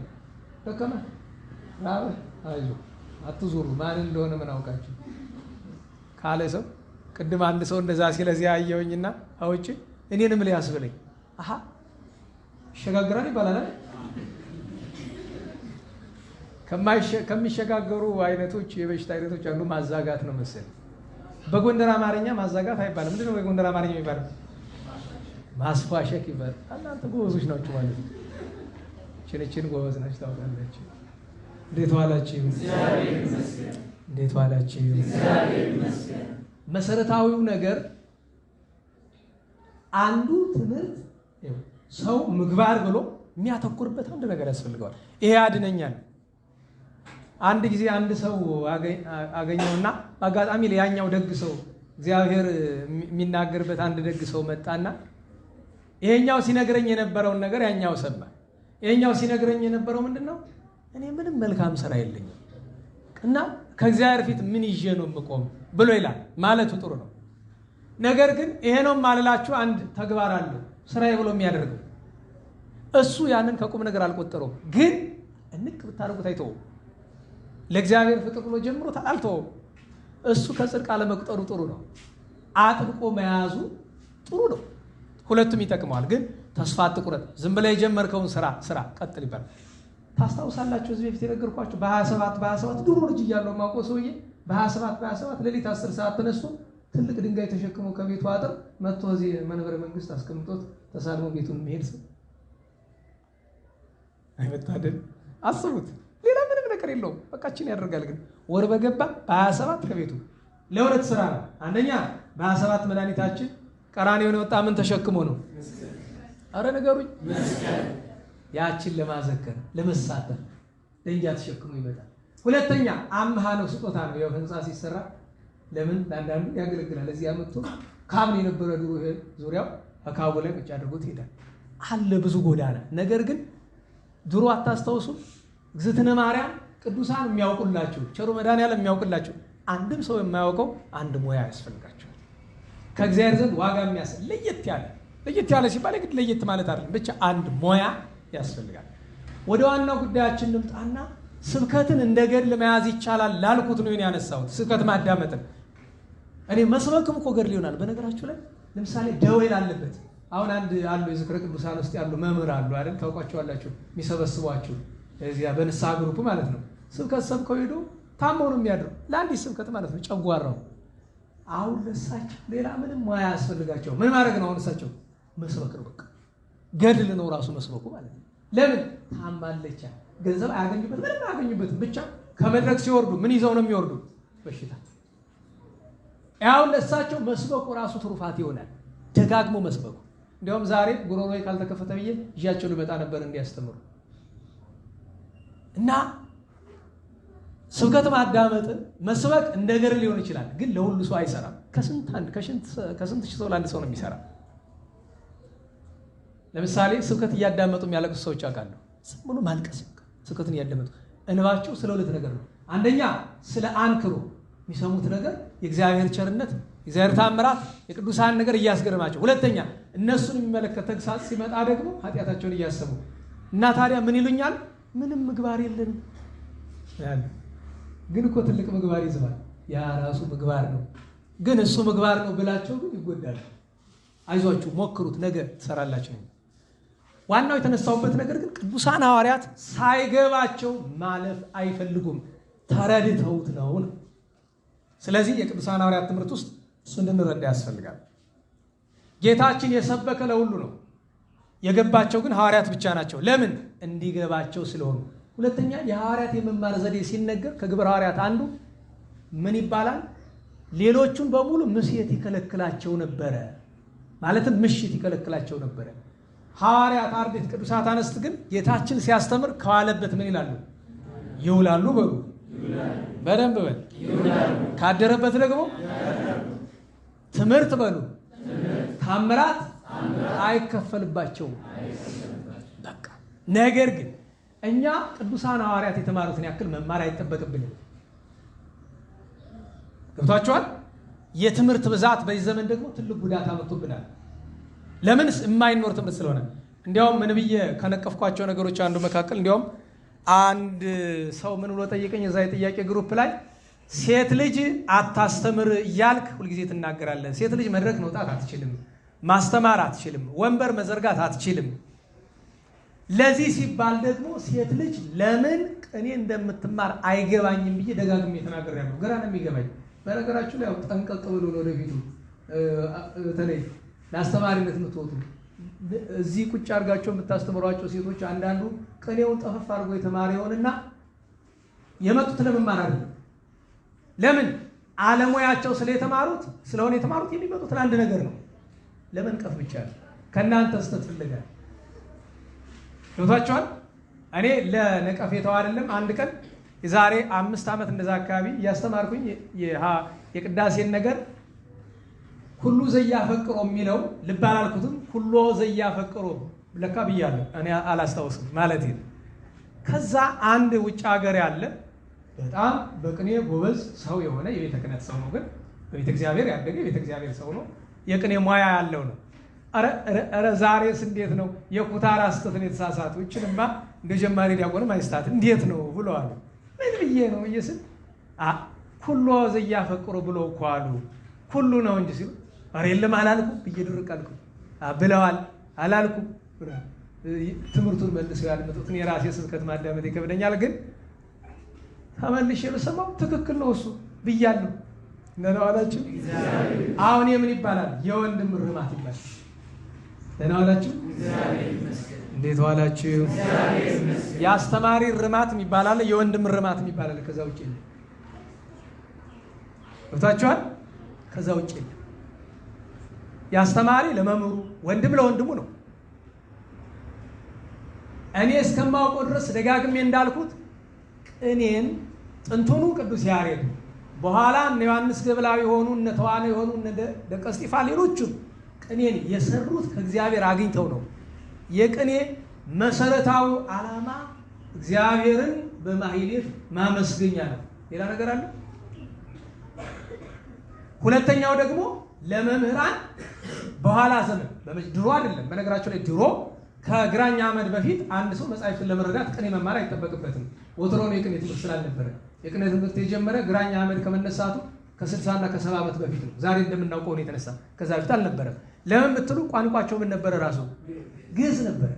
ቅኔ መማር ለቅዱሳት መጻሕፍት ግድ የሆነ ሰዎች ምን ቋንቋን ስለረሱ ነው? ግዕዝ ቋንቋን ስለረሱ። ስለዚህ ቅኔን መማር የግድ ቅዱሳት መጻሕፍትን መክፈቻ ቁልፍ ነው። ማለትም ከበድ ያለ ምስጢርን ለመረዳት ነው እንጂ የአማርኛ መጽሐፍ ቅዱስ ለማንበብ ቅኔ ያስፈልገናል? እንዴት ዋላችሁ? የእንግሊዝኛ መጽሐፍ ቅዱስ ለማንበብ ቅኔ ያስፈልገናል? ቅኔ የሚያስፈልገን የቅዱሳት መጻሕፍትን ሀተታና ምስጢር ለመረዳት ነው። ዘይቤያቸውን ለመረዳት ነው የሚያስፈልገን። ታዲያ ይቺ ሰው ጉባኤ ዘርግታ ላትማርበት፣ አዘርግታ ላትማርበት፣ ዘርግታ ላታስተምርበት፣ ማሕሌት ገብታ ላታገለግልበት ምንድን ነው የሚያደርግላት ነው ጥያቄ። የኢትዮጵያ ኦርቶዶክስ ተዋሕዶ ቤተ ክርስቲያን ለሁሉ ነገር ገደብ አላት። ለምሳሌ በስርዓተ ቅዳሴ ጊዜ ጥንት ሆኖ የተሰራው ስርዓተ ቅዳሴ የግብጾቹ ምን ይላል? ወንጌልን ካህኑ ካልሆነ ደግሞ ዲያቆኑ ያንብበው ይላል። በቅዳሴ ጊዜ ወንጌል የኛ አባቶች ደጋጉ ሊቃውንት ግን የለም ድንበር አታፍርሱ፣ ዲያቆን በእንተ ቅዱሳት ካህን ወንጌል ያንብቡ ብለው ድንበር ሰሩ። እሱ ብቻ አይደለም፣ አንድ ሰው ዲያቆን ሲሆን የሚማረው ምስጢርና ምዕመን ሲሆን አንድ አይነት ነው። እንዴት ዋላችሁ? ዲያቆን የሚያወስድ ከሆነ ምስጢር ምዕመኑ ማወቅ አለበት? ንገሩኝ። ይሄ እኮ ነው በሽታው። ሰው የሚድንበትን ነው የሚራቀቅበት ትምህርትን የሚያስፈልገው። በቅዱሳን ሐዋርያትና በአባታችን አዳምና በእናታችን ሔዋን መካከል ያለውን ልዩነት ላሳያችሁ። ቅዱሳን ሐዋርያት የተማሩት ምን አደረጋቸው? አንደኛ ሐዋርያት፣ ሁለተኛ ቅዱሳን፣ ሶስተኛ የመንፈስ ቅዱስ ማደሪያ አደረጋቸው፣ አራተኛ የዓለም ብርሃን አደረጋቸው፣ አምስተኛ መንግስተ ሰማያትን እንዲወርሱ አይደለም እንዲያድሉ አደረጋቸው፣ ባለቤት አደረጋቸው። ከመውረስ በላይ አዳይ ድልዳይ አደረጋቸው። እያደመጣችሁ ነው? አባታችን አዳምና እናታችን ሔዋን ሰይጣን መጥቶ ዕውቀት ነው አይደል ተስፋ ያደረገላቸው። ያንን ብትበሉ ሁለት ነገር ነው አይደል ተስፋ የሰጣችሁ። አንደኛ ምን ትሆናላችሁ? አምላክ በመሆን ምን ታገኛላችሁ? ክፉና በጎን። እንዴት ዋላችሁ? ምንና ምኑን ትለያላችሁ? አዳምና ሔዋን ዕፀ በለስ ከበሉ በኋላ ክፉና በጎ ለዩ አለዩ? ለዩት እንጂ ግን ዘግይተሃል። አንዲት ዕፀ በለስ በልተህ ዕውቀት አገኛለሁ፣ በዛ ዕውቀት አማካኝነት አምላክ ሆናለሁ ብለህ ስታስብ የ5500 ዘመን ቅጣት ነው የሚጠብቅህ። እስር ቤት፣ ያውም የገሃነም የሲኦል እስር ቤት። ገብቶን ከሆነ ማስተዋል ከቻልን ማለት ነው። ስለዚህ መማር ስንል አንዲት ነገር ብቻ ልጨምርላችሁና የዛሬውን ትምህርት በዚህ ልጨርስ። ከዚህ በላይ መሄድ አያስፈልግኝ። ቅዱሳን ሐዋርያት ከዋለበት ውሎ ካደረበት አድረው ተማሩ። ሳይገባቸው አላለፉ። ከቅዱሳን ሐዋርያት ትምህርት አንጻር፣ ከተማሪነታቸው አንጻር ግን አደራ ልላቸው የሚፈልገው ነገር አንደኛ ቅዱሳን ሐዋርያትን ሐዋርያት ያሰኛቸው መማራቸው ብቻ አይደለም፣ የተማሩትን ማስተዋላቸው። ማስተዋሉ ምንድን ነው? ማስተዋል? ደህና ዋላችሁ? እንዴት ዋላችሁ? እስቲ ጋሼብር ተነስ። አሪስ እንግዲያው እናስነስ። ደህና ነህ? እንኳን ደህና መጣህ። ቁጭ በል። ተነስ። ደግሞ እስከ ስንት ጊዜ ትታገሳለህ እንደዚህ ማለት? ትሞክረው አንድ 15 ጊዜ ታቀመጥሽ ተባለ። በቀላሉ እኮ ነው። ተንበርከካለሁ፣ ደንጊያ ተሸክመህ ቁማለሁ። ምንም ተብለን ስለ እግዚአብሔር ፍቅር፣ ስለ ሃይማኖት የወንጌልን ቃል የቅዱሳንን ስብከት ከሁሉ በላይ የመድኃኒታችንን ቃል ለማክበር ምን ያህል ዝግጁዎች ነን ነው ጥያቄ። ቅዱሳን ሐዋርያት የተማሩትን አስተውለዋል። ምን ማለት ነው ካላችሁኝ፣ ቅዱሳን ሐዋርያት ማስተዋላቸው በምን ተገለጠ ቢሉ እስመ አፍቀርዎ ለእግዚኦሙ። በቃ እኔ እዚህ በላይ ምንም አልፈልግም። ደህና ዋላችሁ? እስመ አፍቀርዎ ለእግዚኦሙ በሉ እስቲ በአማርኛ። ጌታቸውን በሉ ወደውታል። ጌታቸውን ወደውታል። አያችሁ፣ በትክክል የተማረ ሰው መማሩ የሚታወቀው ማንን ሲወድ ነው? ንገሩኝ። እግዚአብሔርን መውደድ መብታችን አይደለም። ቅዱስ ጳውሎስ የተናገረውን ይዞ አይደል ቅድም የጠቀስኩላችሁ ሁሉ ዘያፈቅሩ የሚለው በቆሮንቶስ መልእክቱ ላይ ጌታችን ኢየሱስ ክርስቶስን የማይወደው ሁሉ ምን ይሁን አለ? የተረገመ ይሁን። ደህና ዋላችሁ? ጌታችን ኢየሱስ ክርስቶስን የማይወደው ሁሉ ምን ይሁን? የተረገመ ይሁን ብሏል። ስለዚህ አንድ ሰው የተማረው ትምህርት ገብቶታል አስተውሏል የሚባል ጌታችንን መውደድ ሲችል፣ ፈጣሪውን መውደድ ሲችል። በአንድ ጀንበር የሚገኝ ነገር ላይሆን ይችላል፣ ሂደት ሊሆን ይችላል። ስለዚህ እሱን አደራ እላለሁ። መማር ማለት የተማሩትን ማስተዋል ማሰላሰል ነው። ድሮ አንስቼ ሳስተምር የምላችሁ ነገር አለ። ተምራችሁ ስትሄዱ ሌላ ነገር አታውሩ። ይህንኑ የተማራችሁትን ነገር ብቻችሁን ሆናችሁ አሰላስሉ። ሳምንት ምን አልኳችሁ? አንባቢ ለመባል 100-200 ሺህ ገጽ አታንብብ። ነግሬያቸዋለሁ። ቢበዛ ከ30 ገጽ በላይ አላነብም። ለምን? ያንኑ ማሰላሰልበት ጊዜ አላገኝም። ደህና አላችሁ? ሳይገባኝ እንዴት ብዬ አልፈዋለሁ? አንድ 5 ገጽ ካነበብኩ በኋላ ያውም የመጽሐፍ ቃል ከሆነ መጽሐፍ ቅዱስ ከሆነ 1 ምዕራፍ በቂ ነው። ምን እንዳለ አስተውዬ መገኘት አለብን። እያንዳንዷ ኃይለ ቃል ለእኔ ምንድናት ነው የምትነገረው ነገር በሙሉ። ስለዚህ ዛሬ ልነግራቸው የፈለጉት ነገር እባካችሁ እንማር ነው። እንዴ እየተማርን አይደለም ትሩኝ አይደለም። ደግ መጽሐፍ የሆነ እንደሆነ በጀመረበት ይጨርሳል እንዲሉ አባቶቻችን መጀመሪያ ላይ ያልኩችውን ነገር ልገምላችሁ። እንደዚህ ዘመን ሰባኪ በዝቶ፣ እንደዚህ ዘመን ህዝቡ ደንቆሮ አያውቅም። እንደዚህ ዘመን ሰባኪ እንደ ጉንዳን ፈልቶ፣ እንደዚህ ዘመን ህዝቡ ሀጥ ሆኖ አያውቅም። በፌስቡክ አታመካኝ፣ በቲክቶክ አታመካኝ። የእግዚአብሔርን ሀቅ የያዘ አስተማሪ ለማግኘት ከባድ ነው። ስለዚህ ነገር መማር ሲባል ግድ ከሰባኪ አይደለም። አሁን ዝናም እያንጠበጠበ ነው አይደል? ደህና ዋላችሁ? ትምህርት አይደለም? የዝናም ጌታ ማን ነው? ቅዱስ ኢዮብ መኑ አቡሁ ለዝናም ይላል። የዝናም አባቱ ማን ነው ይላል። ዝናም ሲዘን ስብከት እኮ ይሆናል። አሁን መሸብኝ እንጂ ዝናም የሚል ስብከት አምጥተን መማር እንችላለን። ዝናምን አባቶቻችን ለብዙ ምሳሌነት ጠቅሰውታል። ለስብከት ለሕይወታችን እዛ ቤተ ክርስቲያን ላይ ከመጋቢት ጀምሮ ዝናም አልፎ አልፎ ይዘንማል አይደለም? እና ሳያቸው የተወሰኑ አዳዲስ ወይራዎች መድረቅ ጀምረዋል። እና ግራ ገባኝ። እንዴት ውሃ ሲያገኙ ሊደርቁ ቻሉ? ምንድነው ምስጢሩ ብዬ ለመመልከት ስሞክር በሂደት በራሴ ምልከታ ያገኘሁት አንድ ነገር ምንድነው? በራሴ ምልከታ ስላችሁ በአይምሮ የመመካት ሳይሆን እንደ ቸርነቱ መጠን ምን ተረዳ ይመሰላችሁ? እንዴት ዋላችሁ? እጽዋት 3 አይነት ናቸው። ደህና ዋላችሁ? እጽዋት 3 አይነት ናቸው። በጣም ትልቅ አሉ፣ መካከለኛ አሉ፣ ትንንሾቹ አሉ አይደለም? በጣም ትልልቆቹ አይደርቁም። ለምን? ስራቸው በጣም ወደ ውስጥ ስለሆነ ከታች ያለውን ውሃ ይወስዳል። በጣም ትንንሾቹ ስራቸው ከላይ ስለሆነ ትንሽ ውሃ ጠብ ሲልላቸው ይጠቀሙበታል። መካከለኞቹ ግን ከላዩም አይደርሳችሁም ከታችም አያገኙትም። ይሄ ለአንተ ህይወት ምን ይመስልሃል ነው እኮ ዝናቡ ያመጣውን ትምህርት ልነግርህ ነው። ደህና ዋላችሁ? እንዴት ዋላችሁ? ገብቶሃል ወይ ነው? ሀተታ ውስጥ አልገባም። እችን እስቲ ያሰላስላተ ቤት ውስጥ ከገባ ከየትኛው ነህ አንተ? ከአዲሷ ተክል ነህ? ከመካከለኛው ነው ወይስ ከትልቁ ዛፍ ነህ? ቃለ እግዚአብሔር የተባለ ዝናም ሲመጣ ከስርም የሚፈልቀው የእርሱ ቃል ነው፣ ከሰማይም የሚመዝነው የእሱ ነው።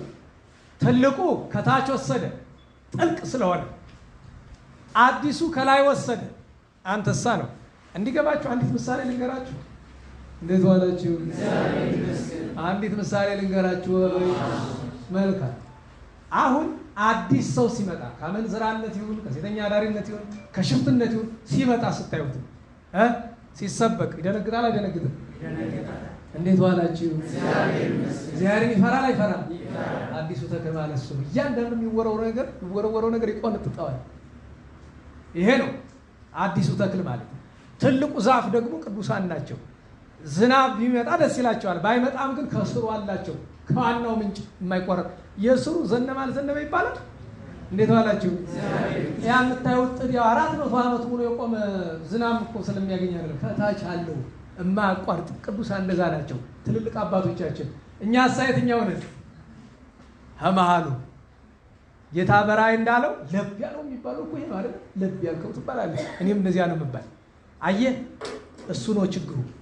የዚህ ደግሞ ሌላ መገለጫው በጣም አደራ የምላችሁ ነገር ቃል እግዚአብሔርን አትለማመዱት። እንደው ሞቴ ደህና ዋላችሁ። እግዚአብሔር ይመስገን። አንድ የቤተክርስቲያን ዲያቆን መጣና ምን አለኝ? እኔ የዚህ ቤተክርስቲያን አገልግሎት ልወጣ ነኝ አለኝ። ቅጥር ነው። ምን ነው ስለው እየዋልኩ ሳድር ቤተ መቅደሱ ቤቴ እየመሰለኝ የለም። በቃ ምንም መጠንቀቅ የለ፣ እግዚአብሔር መፍራት የለ እና ይቅርብኝ ከምቀሰፍ ለምን አገልግሎቱን አልተውም አለኝ። እንደሱ አታድርጋለሁ እናሳለ እየመጣ እኔ ወርድብሃለሁ፣ ችግር የለውም እገስጽሃለሁ፣ ና ቤተ መቅደስ ማመተው የለብን፣ ና ተማር ግድ የለም። እለት ሁልጊዜ ለና አላችሁ። ሲመሽ ራሳችንን መውቀስ፣ ሲነጋ ራሳችንን መውቀስ። እንደ አባቶቻችን እንዲህ ልበል እስቲ፣ ጌታ ኢየሱስ ክርስቶስ ወይ በሉ እስቲ፣ የዋለ ኃጢአቴን አታሳድርብኝ። ሲነጋ ደግሞ ያደረ ኃጢአቴን አታውልብኝ። ይሄ እኮ አንድ ነገር ነው። ቤተ እግዚአብሔር ስትገቡ እኔ ቅዳሴ ሊገባ ሲል ካህናት ዲያቆናት ልፍ ሲሉ አንዳንድ ልባም ሰው ካየው በቸር ያውጣችሁ ከቀሳፊ መልአክ ይሰውራችሁ። አባቶቻችን እንደዛ ነው ሲሉኝ ነበረ። እንዴት ዋላችሁ? ቅዳሴ የሚገቡትን ካህናትን ይመርቋቸዋል። ምን ብለው? በቸር ያውጣችሁ ከቀሳፊ መልአክ ይሰውራችሁ ብለው። ዛሬ ቀሳፊ መልአክ እንዳለ ስንት ዲያቆናት እንደው ቤተ መቅደሱ ቀሳፊ መልአክ አለ ብላችሁ ታስባላችሁ? ትዝ ይላችኋል? ይሄ እኮ ነው ትምህርት መለማመድ ይባላል። የሰባኪ ብዛት ምን ጎዳ? ቃለ እግዚአብሔርን እንድንለምደው። ለዛ እኮ ነው አሁን የዘሪውን ምሳሌ የለምንድን ያልተረጎምኩት? ጆሮአችሁ ጠግቦታል። ምን ብዬ ተረጉመዋለሁ? አንዳንድ ታሪክ ለመተረክ ፈልግን ይሄው እንደ ሳምንት እዚህ ስደርቅ ነበረ እኮ መብራቱ ነበረ፣ ግን አምፖሉን አጥፍቶት እነዚህ ጅላጅሎች አንተ ምን ሆነ ነው ሳታበራው እባክህ ወደዛ። እኔ እዚህ ዛሬ ጉሮሮ የተዘግቶ ሳምንት ልቀር። እንዴት ዋላችሁ? ወትሮውኑ ድምፅ ማጉያ የሚባልኛ አናውቅም እኮ ነበረ። አመጣችሁ ስለመዳችሁና አሁን ጉሮሮ እንዴት ብሎ ይሸከሙ በባዶ መጮህን እንጂ ድሮ እድሜ ልካችን ስንደርጋ ላይ ኖርን። በዚህ እንዴት ዋላችሁ? እንዴት ፈነሳ አድርገው እንዴት ዋላችሁ? መልካም ሲያልቅም ቢሆን እንኳን መጣ ጥቂት እረፍት ይሰጠናል። ስለዚህ መማር ሲባል የተማሩትን ማስተዋል ቁጭ ብሎ ጸሎት ካልገባን አንዳንድ ሰው ደግሞ አንድ ሰው ምን ብሎ ጠየቀኝ። መሀል ሀገር ያለ ሰው የተማርኩትን ነገር ለምኖረው ለምሰራው ያክል ይታወሰኛል፣ ለእውቀት ያክል ግን የለም ጭንቅላት ያልቋጥርልኝ ያለ ሲል አይ መታደልህ ይበቃል። እሱ ጥያቄ ጠይቆኝ አልመለስኩለትም። እንዴት ዋላችሁ? መብራቱን አንተ አብረው ያኛውን ነው እንጂ እንዴት ዋላችሁ? በዚሁ ስብከት ስለሚያዳምን ይኸው በዚህ መልሱን ሰጠሁት። አንተ እድለኛ ነህ፣ እንኳንም ጭንቅላት አልቋጠርም። ሰባኪ አይደለህ ለምትኖረው ያክል ከተያዘል በጭንቅላት። በነገራችሁ ላይ በሌላ በዘመናዊ ነገር እኮ የታወቀ ባለሙያ እኮ ነው፣ አዋቂ ሰው ነው እኮ በዘመናዊ መንፈሳዊ ነገር ግድ የለም። ለምትኖረው ያክል ከተያዘል ተመስገን በል። ተመስገን በል እስቲ። ለመራቀቅና ሰው ለመንቀፍ ካህናትን፣ አገልጋዮችን፣ አባቶችን ለመንቀፍ ያክል አናድርገው፣ ተመስገን እንበል ነው ጥቂት ይዘን። ዋናው ግን እናስተውል፣ እንሞክረው፣ እንለማመደው ነው። ቃለ እግዚአብሔር አንልመድ ነው። እግዚአብሔር አምላካችን የቅዱሳን ሐዋርያትን በረከት ያሳድርብን። ግብረ ሐዋርያት ቁጥር 2 ምንድን ነው አለ? መማር በሉ እስቲ። መማር በሉ። አዎ እንማር፣ መማር እንጀምር ከዛሬ። እኔም እናንተም መማር እንጀምር ከዛሬ ጀምሮ እንድንማር አደራ። እስካሁን ብትሉ እንጃ ብዙዎቻችን አልተማርንም፣ መማር አልጀመርንም። ይሄ አባባል ምናልባት ጉባኤ ቤት ያላችሁትን ሊመለከት ይችላል። እናንተም መማር ጀምሩ። መማር ጀምሩ ማለት ጉባኤ ማጥናት ጀምሩ ማለት ነው። እሱን ማጥንታችሁታል። መማር ጀምሩ። መማር ምንድን ነው ካላችሁ ይል እናንተ ደግሞ ወፎኑ እንከር ዘኢትም የርዕሰከ ያለውን አስቡት። ቅዱስ ጳውሎስ ለሮም ሰዎች ሲጽፍ በምዕራፍ 2 ቁጥር 1 ላይ የተናገረውን ነው። እግዚአብሔር አምላካችን የምንማርበት አይምሮ የምናዳምጥበት ጆሮ ያድለን፣ ከመከራው ይሰውረን። ቤተ ክርስቲያንን ለሆዳቸው፣ ለዝናቸው፣ ለገንዘባቸው ከወረሯት ሰዎች መድኃኔዓለም አውደ ምሕረቱን ያጽዳልን። ሁላችንም የማንጠቅመውን እሱ እዚያ አውደ ምሕረት ላይ የማናስፈልገውን በሙሉ ጠርጎ ከምዕመን መካከል ያስቀምጠን። እውነት በዚህ ዘመን ለዚች ቤተክርስቲያን እንደ ሰባኪና እንደ መነኩሴ በሽታ ያላት አይመስለኝም። የዚች ቤተክርስቲያን በሽታዎች ሰባኪንን የምንልና መነኩሳትንን የሚሉ ሰዎች ናቸው። ገዳማውያንን አይደለም። ሰባኪም ስንል እውነተኛ መምህራንን ማለት አይደለም። ይሄ የመድረኩን ቀሳጢ ማለት ነው። እግዚአብሔር አምላክ በቸርነቱ ይማረን፣ የሐዋርያትን በረከት ያሳድርብን፣ ጦሞ ለማበረከት ያብቃን። የቅዱሳንን ስም እንጥራና ሰዓት እንዳይሄድብን እንጨርስ። ዛሬ 11 ነው። በ4 ነው ተገናኝተን የነበረ። ከ5 ጀምሮ ስማቸውን እንጠራለን። በ5 በምስራቅ ዓለም ታዋቂ ሰባኪ ታዋቂ ብያልኩኝ። አሁን የዚህ ዘመን ሰው በሚለው አማርኛ ምን አይነት ሰባኪ? የታወቀ ግን ማን ያወቀው ሰባኪ? አዎ ዛሬ ታዋቂ ምንላቸው ማን ነው የሚያውቃቸው? አረ ሰው አይደለም። አንተ ደንቆሮ የምታውቅህ ነው እንጂ አንተ ደንቆሮ ነው የምታውቃቸው። ሰው ትላለህ አንተ ሰው ነህ እንዴ? ሰው ናችሁ እንዴ? ምንህ ነው ሰው? እጁ እግሩ አይኑ ጥፍር አለኝ እሱን ዝንጀሮ አለው አይደለም? የሰው ልጅ ሰው የሚባል አይምሮ ሲያመዛዝን አይደለም? እንዴት ዋላችሁ? ዝንጀሮ ሰው ሲከተል አይታችኋል? አይታችኋል? አንተ ሰው ከተከተልክ ከዝንጀሮም ታንሳለህ። አዎ ምን ትለኛለህ? ተሳደብክ ነው የምትለኝ። የኔ መልስም ይሆናል ደግ አረኩ ይሆናል። ኋላ እኮ ግን ይቅርታ ልጠይቅ ነው። ተዘጋጁ ልጠይቃችሁ። ቅር ያለው ካለ እያልኩ አዲስ ጠባይ አምጥቼ የለ? አዎ ያቺ ያስተማርካትን ልብ ማለስለሻ ትባላለች። ትዝ ካለኝ ጠይቅ ይሆናል። ቅዱስ ያዕቆብ ምስራቃዊ ንጉሱ የኦርቶዶክሳውያንን አብያተ ክርስቲያናት ዘጋባቸው፣ የመናፍቃንን ከፈተላቸው የሚል ነገር ሰማ። በረሃ እኮ ነው የሚኖር። መጣ ከተማ ሰተት ብሎ መነኩሴ እኮ ነው። መጣ ንጉሱን ቀጥ ብሎ ሄዶ ገብቶ ሰተት ብሎ ገብቶ ንጉሥ ሆይ ስህተት አትስራ፣ የኦርቶዶክሳውያን አብያተ ክርስቲያናት ክፈት፣ ምዕመናንን አታሰቃያቸው አለው። ባላረግስ ነው አይደል? መቼም ትዕቢተኛ አይደለ? ስልጣን ያለ ሰው ባላረግስ አለው። እንግዲያማ አለው የት እየሄድክ ነው አለው። ጦርነት አለው። ትሞታለህ፣ አትመለስም። ይህ እኮ ነው ሰባኪ ማለት። ምን ትሆናለህ አለው? ትሞታለህ። የምትሞተውም በሳት ተቃጥለ ነው። በሳት የምትቃጠለውም ዛፎች ውስጥ ስትገባ ነው አለ። ሰውየው ምን አለ? ያዙና ግረፉልኝ፣ እኔ በሕይወት እስከምመለስ ጠብቁት አለ። ቅዱስ ያዕቆብ ምን አለ? አንተ በሕይወት ከተመለስክማ እግዚአብሔር በእኔ አንደበት አልተነገርም አለው። ስብከት ይሄ ነው እኮ። ስብከት ምንድን ነው? እግዚአብሔር አድሮብህ ሲናገር ነው። ስለዚህ እግዚአብሔር እንዲያድርብን እንጣር። ክህነት ያለን እናስተምራለን የምንል ሰዎች አደራ። ከዚያ ሄደ ወደ ጦርነቱ ሲገባ አሕዛብ አባረሩት። እሸሻለሁ ብሎ ዛፉ ውስጥ ሲገባ እሳት ለቀቁበት፣ ተቃጥሎ አሮ ሞተ። ይህን ጊዜ አዲስ አበባ ሰው ቢሆን ምናምን ይላል። እግዚአብሔር የተመሰገነ ይሆን። የጎንደር ሰው ደግሞ እልል አይልም፣ ግን በሉ የታባቱና ለዚያ ነው እንጂ ነው የሚል። ደህና ዋላችሁ። ወንድ ስለሆነ ታባቱና የእጁን አገኘ ይላል። እግዚአብሔር የቅዱስ ያዕቆብ በረከት ያሳድርብን። ያ ቀን ታላቅ ሰማዕት አባ ብሶይ እህወ ጴጥሮስ ዓመታዊ የሰማዕትነት በዓሉ ነው። ከታላላቅ አበይት ሰማዕታት ብዙ ግፍ መከራ የተቀበለ ብዙ ታምራት ያደረገ ቅዱሳን መላእክት ይራዱት የነበረ ያን ቀን ክርስቶስ መድኃኒታችን ስለወደደች ሃይማኖቷን ስላልካደች ገርፈው አሰቃይተው አሰድዷት ይህን ሁሉ እምቢ ብትላቸው መነኩሴ ስትሆን ልብሷን አውልቀው ዘቅዝቀው የሰቀሏት እናታችን ቅድስት ማርታ ለዚያ እኮ ነው አይደለም? ሞዓት በትዕግስት ወያንከረት እርቃነ በረከተ ዛቲ ቅድስት ያህሉ ምስሌነ አላደን አባ አርከ ስሉስ። አዎ ራቁትነትን እንኳ መነኩሴ ስትሆን ስለ ክርስቶስ ፍቅር ሲሰቅሏት ታገሰች። የዚህች ቅድስት እናት በረከቷ አይደርብን። አባ መቃርስ እነ ቅዱስ አብላሪዎስ ሌሎችም ቅዱሳን ዓመታዊ በዓላቸው ነበረ።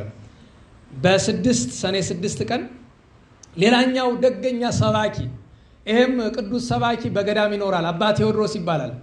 መናፍቃን መጥተው ኦርቶዶክሳውያንን እኩሎቹን ሲገሏቸው፣ እኩሎቹን ሲያስክዷቸው ከተማ መጥቶ እየሰበከ እያጽናና ያዛቸው። ኋላ መናፍቅ ጳጳስ ነበረና አስጠርቶ ይሄን የያዝከውን ስራ ተው አለው። አልተውም አለ። ካልተውክማ ብሎ አስገረፈው። የእግዚአብሔር መልአክ አዳነው። በብዙ ስቃይ ሞከረው። መጨረሻ ላይ ፈረሶችን አምጥቶ እግሩን ከፈረሶች ላይ አስሮ ከተማዋን በሙሉ ጎተተው። አካሉ ተበጣጥሶ አልቆ ነው የሞተ ሰማዕት የሆነ እና ደራሲ አባ አርክስልስ ምን አለ? ማባለ ከተመቲራ ለንተ ሰረረት ርዕስ እግዚአብሔር አስተቀጽላ በአክሊል ሰላሳ አለ። ራሱ ተቆርጣ ብትሄድ የእግዚአብሔር መልአክ ተቀብሎ 3 አክሊል፣ አንዱ ስለ ድንግልና፣ ሁለተኛው ስለ ስብከቱ፣ ሶስተኛ ስለ ሰማዕትነቱ። ያን ቀን ደግሞ ሌሎኞቹ ታዋቂ ሰባኪዎች ደግሞ 4ቱ የሀገረ እስና መኳንንት ይባላሉ። ሀገሪቱን ሊያስተዳድሩ ተሹመዋል። አረመኔው ሰው ክርስቲያኖችን ሊገድል ሲመጣ ምን አሉ? በእኛ ነው የምታልፈው። ክርስቲያን መሪ ማለት ይላል። ክርስቲያን ባለስልጣን ይባላል ዛሬ ያለ በየቦታው ወይ ክርስቲያን። እኔ አንድ ክርስቲያን ባለስልጣን አላውቅም ኢትዮጵያ ውስጥ በዚህ ዘመን። እንዴት ዋላችሁ? ክርስቲያን ማለት ነው ማለት ነው። እግዚአብሔር ይመስገን፣ እግዚአብሔር ይመስገን። እንዴት ዋላችሁ? ክርስቲያን ምን ማለት ነው? ክርስቶሳዊ ማለት ነው። ወይም የክርስቶስ አካል የሆነ ማለት ነው። አንዱ አካል ሲነካ፣ በነገራችሁ ላይ የእነሱ ችግር ብቻ አይደለም። ባለፈው አልነገርኳችሁ? እዛ ማዶ ክርስቲያን ሲታረድ ያመናል። ለምን እንደማያምን ታውቃላችሁ? ከዋናው አካል ስለተቆረጥን ይመስለኛል። ምክንያቱም እግር ሲጎዳ ሌላው አካል አያመው፣ እጅ ሲጎዳ ያመው። ታዲያ ሌላው የወንድሞቻችን የወገኖቻችን የክርስቲያኖች ህመም ለምንድን የማይሰማል? እነዚህ 4ቱ ግን ምን አሉ? ወንድ ይላል እኮ አይደል? ከበረኛው ከከተማ ዳር የሆነና አጥፊ ሊገባ ሲል አይሆንም ይለዋል። እምቢ ካለው እኔን ተራምደኝ ነው የምታልፍ ይለዋል። መጀመሪያ እኔን ግደለኝ ይለዋል። 4ቱን አርደዋቸው ገብተው ነው የእስናን ክርስቲያን የፈጇቸው። 4ቱን አውሳቢዎስ፣ ታማን፣ ሃርዋግ፣ ባኮስ ይባላል። እግዚአብሔር በረከታቸውን ያሳድርብን። ሌሎችም ቅዱሳን የዚያን ቀን ዓመታዊ በዓላቸው ነው። በ7 ታላቁ ቅዱስ አበስኪሮን ስለ ክርስቶስ ፍቅር ቆዳውን የገፈፉት፣ ቆዳውን ገፈው በተገፈፈ ቆዳው ላይ እሳት ያስቀመጡበት፣ እግዚአብሔርን አልክድ ቢል እንኳ አካሉን ቆራርጠው ወንድ ነው ይሰማው ይሆናል ብለው አባለ ዘሩን እስከ መቁረጥ ደርሰዋል። እግዚአብሔርን ተመስገን ከማለት በቀር ምንም አላለም። ይህን ሁሉ መከራ ሲቀበል በኋላ ማሸነፍ ሲያቅታቸው ጠንቋይ ቀጠሩለት። ያ ጠንቋይ ምን ይለዋል? ዘያዐርግ ውስተ አየር፣ ወደ ደመና እየወጣ ይላል። ጠንቋይ እኮ ወደ ደመና መውጣት ይችላል። አታውቁም? ይሄን ነን አላችሁ? እንኳን ጠንቋይ ፈረንጅ ደመና ላይ በአውሮፕላን ይሄድ የለም።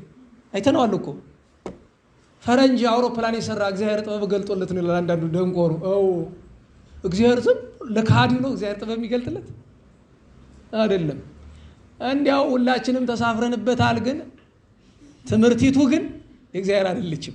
ትምህርቲቱ አይተናታል፣ እግዚአብሔር አይደለችም። ህንድ ላይ ያ ሁሉ ብትንትኑ ሲወጣ 270 ምናምን ሰው ሲሞት ስንት ሰው ተረፈ?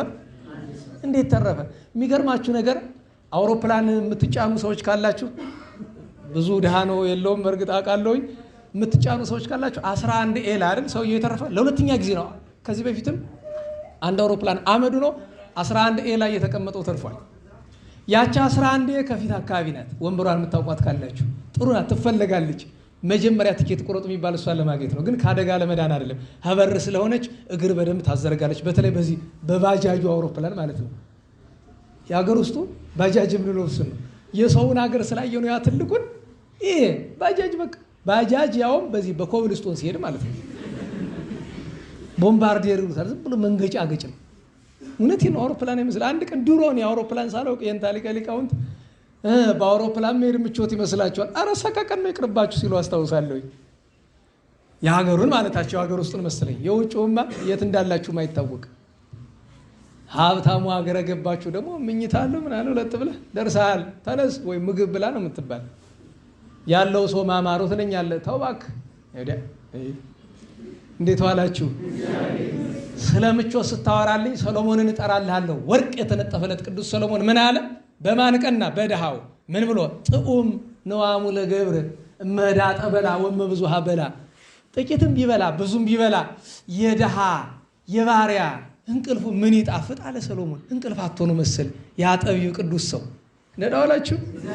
ሀብታሙ በድሃው ይቀናል፣ ድሃው በሀብታሙ ይቀናል። ድሃው እንደ ሀብታሙ ገንዘብ በኖረኝ ይላል፣ ሀብታሙ እንደ ድሃው እንቅልፍ በኖረኝ ይላል። ወይም እንደ ድሃው ያገኘሁትን በበላሁ ይላል። አይጣል እኮ ነው። ደህና ዋላችሁ። ያ ጠንቋይ ሲጠነቁል እንዴት ነው? አጋንንትን ጠርቶ ጨብጨብ ያደርጋል፣ ይመጡለታል፣ እንዲያደርጉ ነው። እና አበስኪሮንን ለመግደል ምን አደረገ? እሱ ያለበትን እስር ቤት ቅዱስ አበስኪሮን ያለበትን ሽንት የሰው ሽንት አጠራቅሞ መጥቶ ዙሪያውን በተነበት። እሱ የመተቱ አካል እንደዛ የሚያደርጉ ሰዎች እኮ ዛሬም አሉ፣ እናውቃቸዋለን። አንዳንዶች እንደዛ አደረገ። ትልቅ እባብ ይዞ መጣና እፍ ቢለው ከሁለት ተሰነጠቀ። ያሁን ለአንተ ታምር ይመስላል። እንዲህ ቢያደርግ ጻድቅ ብለህ ልትከተለው ነው? እባብ መሰንጠቅ እኮ ቅድስና አይደለም። ይህን ያደረገው ቅዱሳን አሉ፣ ግን የቅድስና መገለጫ አይደለም። ከዛ ውስጥ መርዙን አወጣና ፈትፍቶ እንካ ብላ አለው። ምንድነው የምናደርግ እኛ? ብኑን ተው እንጂ ነውር አይደለ፣ ይህን አልበላም ነው። ቅዱስ አበስኪሮን እንዲያውም ርቦኝ ነበረ። ለምን ሲያሰቃዩት ምግብ አይሰጡትም፣ በባዶ ሆዱ ነው የሚሰቃይ። አምጣማ ይሄማ ጥሩ ነው ብሎ ባርኮ ጥርቅ አድርጎ በልቶ ጥሩ ምግብ። ያ ጠንቋይ ቁልጭ ቁልጭ አሁን ካሁን ይሞታል እያለ ቢያው የማይሞት የጨለማ አበጋዝ ይህን ሰው ግደልልኝ አለው። ቅዱስ አበስኪሮን ምን አለው? ይኸው ያንተ ጌታ የምትለው ሰይጣንህ እኔን መንካት አይችልም፣ ይልቅስ አዘዋለሁ። ጠራውና ናበል ይህን ጠንቋይ በደንብ አድርጋ አሰቃየልኝ አለው። አስጨንቆ በክርስቶስ አመንኩሎ አንገቱን ታርዶ ሰማዕቱናል። ያ ራሱ ጠንቋዩ ማለት ነው። እግዚአብሔር ሁሉንም በረከት ያሳድርብን። የጠንቋዩን ካመነ በኋላ ያለውን በረከት ማለት ነው እንጂ የኋላውን ሁሉ አንፈልገውም። ብዙ ምን ሊያደርግልን። ቅዱስ አበስኪሮን የዚያን ቀን ነበረ የእመቤታችን ድንግል ማርያም ቤተክርስቲያን 3 ዓመት ሙሉ ተዘግታ በምስር በድሮዋ ካይሮ የተከፈተችበት ቀን ነው። በ13ኛው ክፍለ ዘመን መጨረሻ አካባቢ ይሄ ሁሉ የሰባት በዓል ነው አይደለም? እንዴት ዋላችሁ? በ8 የጸበል በዓል ይባላል። እመቤታችን እግዝእትነ ማርያም ከእግሯ በታች ጌታችን በስደቷ ጊዜ ጸበል አፍልቆ ውሃ አፍልቆ እሷ የጠጣችበት፣ ከሩቅ አገር ለሚመጡ ጣፋጭ ፈዋሽ፣ ከዛ ሀገር ላሉት ግን መራራ የሆነችው ጸበል የፈለቀችበት፣ ኋላም ቅዳሴ ቤቷ የተከበረበት ነው። ከእመቤታችን 33 በዓላት አንዱ ነው። እነ ቅድስት እምዳን እነ ቅዱስ አውሎጊስ ዓመታዊ በዓላቸው ነበረ። ሰኔ 9 ቀን ታላቁ ነቢይ ቅዱስ ሳሙኤል ዓመታዊ የዕረፍት በዓሉ ነው። ቅዱስ ዳዊትን የቀባው እግዚአብሔር በቤተ መቅደሱ የተነጋገረው አፍኒና ፊናስ ሲበድሉና ሲቀሰፉ በእነሱ ፈንታ የተተካ ታላቅ ነቢይ የቅድስት ሐና ልጅ ነው። ያን ቀን ሳምንት ሳልነግራችሁ ረስቼ ሂጄ ቆጭቶኛል። ታላቁ ሰማዕት ቅዱስ መርቆሬዎስ ሰኔ 9 ቀን ፍልሰቱ እንደሆነ ከዚህ በፊት ብዙ ተነጋግረን አናቅም መሰለኝ እና ደገኛ ሰማዕት ቅዱስ መርቆሬዎስ በ15ኛው ክፍለ ዘመን መጨረሻ አካባቢ ቅዱስ ስጋው ፈልሶ ወደ ምስር አሁን ካይሮ ወደምትባለው ስፍራ የገባበት ዓመታዊ ፍልሰት በዓሉ ይታሰባል። አርኬም አለው።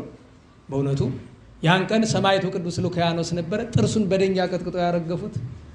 ሌሎችም ቅዱሳን ዓመታዊ በዓላቸው ነበረ። እግዚአብሔር በረከታቸውን ያሳድርብን፣ በረከታቸውን ያሳድርብን። በ10 ቅድስት ቤተክርስቲያን ዓመታዊ በዓሏ ነው። ቅድስት ቤተክርስቲያን ከ40 ዘመን መዘጋት በኋላ መልሳ የተከፈተችበት ነው። ቤተክርስቲያን እንዲያው በእውነት አባቶቻችን ቤተክርስቲያን መርዓት ትመስል ጎሃ እንዘ ትሄውዝ ኪያከ ወልደ እሁሃ እስመ ተሰርገወት ይእቲ ሰንዱና ሃይማኖት ንጹሃ ሊተኒ እግዚእ ያሰርገወኒ ከመሃ ልብሰ ቅድስና ሰናየ ወጸጋ ብሩሃ አለ። ስለ ቤተ ክርስቲያን አባታችን አባ መዝሙረ ክርስቶስ ምንን ሲተረጉም መኃልየ ሐምስ 5ኛውን መኃልየ ሲተረጉም እንዲህ ብሎ ተናግሯል። ቤተ ክርስቲያን መርዓት ትመስል ጎሃ፣ ሙሽሪቱ ቤተ ክርስቲያን የጠዋት ብርሃንን ትመስላለች። እንዴት? እንዘ ትሄውዝ ኪያከ አንተን እያየች አንተ እሷን እያየ ማለትም በተዋሕዶ ገንዘብ አድርገሃት ዘወትር አንተን እያየች ስለ ምእመን ነው የሚናገር። ቤተክርስቲያን የምትባል ምእመን ናት። እንዘ ትሄውዝ ኪያከ አለ ወልደ እሁሃ ልጅ ወንድም የተባልክ አንተን ወልድ ተባለ ከባሕርይ አባቱ ከአብ ከባሕርይ አባቱ ከአብ ስለተወለደ አንድም በኋላ ዘመን ከእመቤታችን ስለተወለደ እሆ የሚለው የተቀጠለ ስጋችን ስለተዋሃደ ነው። ወልድ እሁሃ አለ የምእመን ወንድም ተብሎ መድኃኔዓለም ስለትትናው ስለተዋሕዶ ተጠራ። እስመ ተሰርገወት ይእቲ አለ እርሷ ቤተ ክርስቲያን አጊጣለች እኮ አለው። ምን ትለኝ እንደሆነ ሰንዱነ ሃይማኖት ንጹሃ ንጹህ የሃይማኖት በፍታን ግምጃን ተጎናጽፋለች አለና ሊተኒ እግዚእ ኧረ እኔንም ጌታዬ አሰርገወኒ ከመሃ እንደሷ እኔንም አስጊጠኝ ልብሰ ቅድስና ሰናየ በጎውን የቅድስና ልብስ ማለትም ምግባር ትሩፋትን ወጸጋ ብሩሃ የሚያበራ ጸጋ ስጠኝ አለ። ብርሃናዊ ጸጋ። ቤተ ክርስቲያን ተዘግታ ስትከፈት ምን እንደሆነ እንዲገባን እስክትዘጋ እንጠብቅ። አሁኑኑ ይግባል።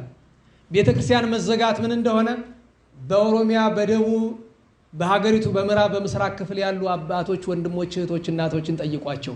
ሰሜን ሄዱና በረሃብ ምክንያት የተዘጉትን አብያተ ክርስቲያናት አባቶች ጠይቋቸው መዘጋት ምን እንደሆነ። ጎንደሩን አዲስ አበባውን አይገባህም። አንዳንድ እንግዳ ስናመጣ ምንድን ነው የሚገጥመን? እዚህ አንድን ሰው አደባባይ ኢየሱስ መጀመሪያው ለነጎድጓድ እንዲሳለም ያደረግ ነው። እልፍ ሲል ይሄ ምንድን ነው አለ። አደባባይ ኢየሱስ።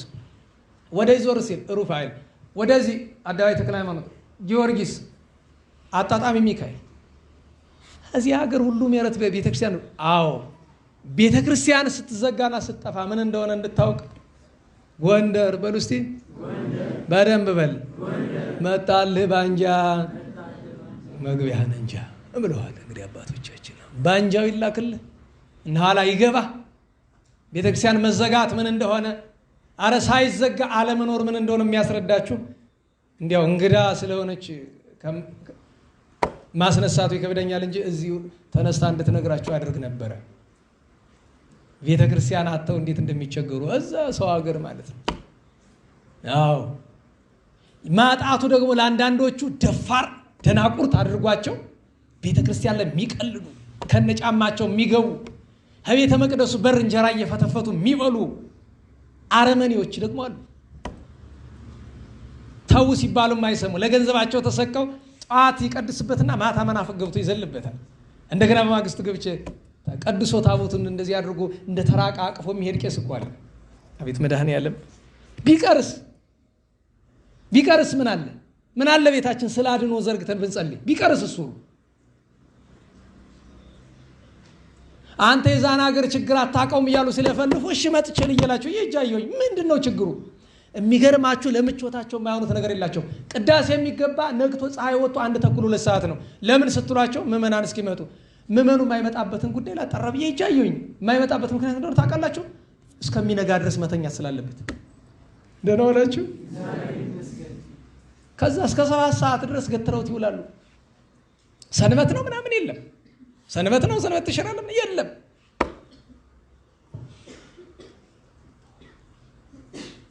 እኔ ካልሰለብሳችሁ ቤተክርስቲያን አትግቡ እያልኩ ታገላለሁ። እነሱ ከነጫማቸው ጭራሽ እስከ ቤተ መቅደሱ በር።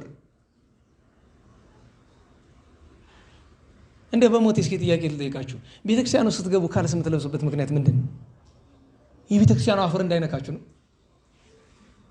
ደህና ዋላችሁ? በሞቴ ነገሩኝ እስኪ። በተለይ ቤተ እግዚአብሔር ሰዎች፣ በተለይ ካህናት፣ በተለይ ዲያቆናት ምን ብላችሁ ነው ካልስ ለብሳችሁ ቤተክርስቲያን የምትገቡት? እኔም እንዲያው ተውትና ህገወጥነቱን እናቆየውና ምክንያቱን አስረዱኝ እስኪ። ምንድን ነው ምክንያቱ? አንዱ ሞኝ ምን አለ? እየበረደኛል። እንዲያው በሞቴ በነገራችሁ ላይ ቤተ ክርስቲያን ውስጥ ገብተን ያላንዳች ህማም የምናገለግለው አገልግሎት እንዴት ቅድመ እግዚአብሔር መድረስ ይችላል? ትንሽ ካልበረደ ወይ ትንሽ ሙቀት ካላስቸገረ። ቅዱሳን በነገራችሁ ላይ ለገድል የሚመርጡት ወይ በጣም ተራራ ጫፍ ሆኖ ብርድ ያለበት ወይ በጣም በረሃ። ለምን ይመስላችኋል? ምቾትን ርቀት እኮ ነው። ክርስትና ምን እንደሆነ እንዴት ነው መረዳዳት የምንችለው? እንዴት ዋላችሁ? ለዚህ ሁሉ ቁጣ እንግዲህ በኋላ ይቅርታ ልትጠየቁ ነው። ችግር የለውም፣ ቻሉት፣ ችግር የለውም። እግዚአብሔር አምላካችን ቤተ ክርስቲያንን ከጥፋት ይሰውርልን። በእውነት አባቶቻችን ሲጸልዩ ሲያለቅሱ አረፉ። እኛም የነሱን ተቀብለን ጌታ ሆይ እባክህ አንድ ደግ ሰው መጥቶ ካልተመለሳችሁ ከዚህ ከተማ ውስጥ አንድም ቤተ ክርስቲያን ባይናችሁ የማታዩበት ዘመን ሊመጣባችሁ ይችላል። ማለቅስ አልመስልህም አይደለም? አዎ ብዙ ቀን አስለቅሶኛል። አንዲታ ኧረ መድኃኔዓለም ይማረን። ምንድን ነው የሚያስለፈልፈኝ? ለሁሉም እግዚአብሔር መድኃኔዓለም ቤተክርስቲያንን ይጠብቅልን። ኢይትሐፀዋና ቅጽኪ አለው እሱ ወይባነ ኪራቤኪ። አዎ ነውረኛ ሰው አይግባብሽ፣ ደጆችሽ አይዘጉ። እግዚአብሔር ቅዱስ ቤተክርስቲያንን በረከት ያሳድርብን። ደባሞን፣ ብስጣሞን እናታቸው ሶፊያ፣ ዮና፣ ዲባሞን እናቷ አውሎጊስ ዋርስኖፍ በአንድ ሰሞን ተሰብስበው መስዋዕትነት የተቀበሉ ቅዱሳን ናቸው። ጻድቅ ቆስጠንጢኖስ አለ። እግዚአብሔር አምላካችን የሁሉንም በረከት ያሳድርብን። ዛሬ ታላቁ ሰማዕት ቅዱስ ገላውዲዮስ ነው። ዓመታዊ በዓሉ ነው። ሰዓት ሄደብኝ። ስለዚህ ታሪኩን እግዚአብሔር ከፈቀደው ወይ ለዓርብ እናቆየው እንጂ ታላቅ ሰማዕት ነው። መልክ፣ ደምግባት፣ ጉልበት፣ ኃይል፣ አቅም የነበረው ሁሉ እያለው ድንግልናን ሁሉ እያለው ምናኔን ሁሉ እያለው ሰማዕትነትን የመረጠ ከጀግንነቱ ብዛት የተነሳ አሕዛብ ስሙን ሲሰሙ የወገባቸው መታጠቂያ የሚበጠስባቸው የሚያስደነግጣቸው የነበረ ታላቅ ቅዱስ ሰው ገላውዲዮስ ነው። በሞቴ ልጅ ስትወልዱ ወንድ ስትወልዱ እዚህ በኋላ እናንተ የምትወልዱ ከሆነ መውለድ የምትፈልጉ ከሆነ ገላውዲዮስ የሚል ስም እንፈልጋለን። ገላውዲዮስ የሚባል ገላውዲዮስ በፈረንጅኛ መጥራት ከፈልጋችሁ ክላውዲዮስ ብትሉት ያው ነው። ዛሬ ኢትዮጵያዊው አባ ገላውዲዮስ ዓመታዊ በዓሉ ነው። እመቤታችን የምትወደው ምእሾ ቢወጋው እንዲያው አላፊ መንገደኛ መስላ የእግሩን እሾ አውጥታ ከበሽታው ያዳነችው እመቤታችን እግዝእትነ ማርያም የምታናግረው የጻድቁ የአቡነ ቀውስጦስ አባት ሀብተ ትንቢት የተሰጣቸው ኢትዮጵያዊ ግን በግብፅ በገድል የኖሩት አቡነ ገብረ ኢየሱስ፣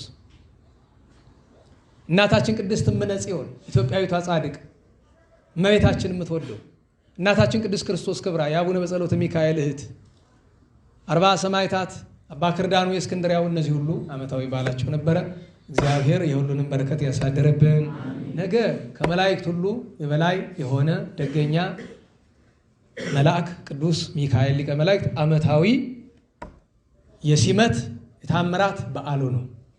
ቅዱስ ሚካኤል ከቅዱስ ሚካኤል ጋር እናታችን ቅድስት አፎሚያ በዚህ ስም የምትጠሪው ኩታራ ካለሽ አስቢ፣ ዝክር ነገ ያንቺ ነው። እዚያኛው ጉባኤ ትዘክሪያለሽ። ስም ተሸክሞ እንቅልፍ የለም። ማናት አልኩኝ ስሟን? አፎሚያ።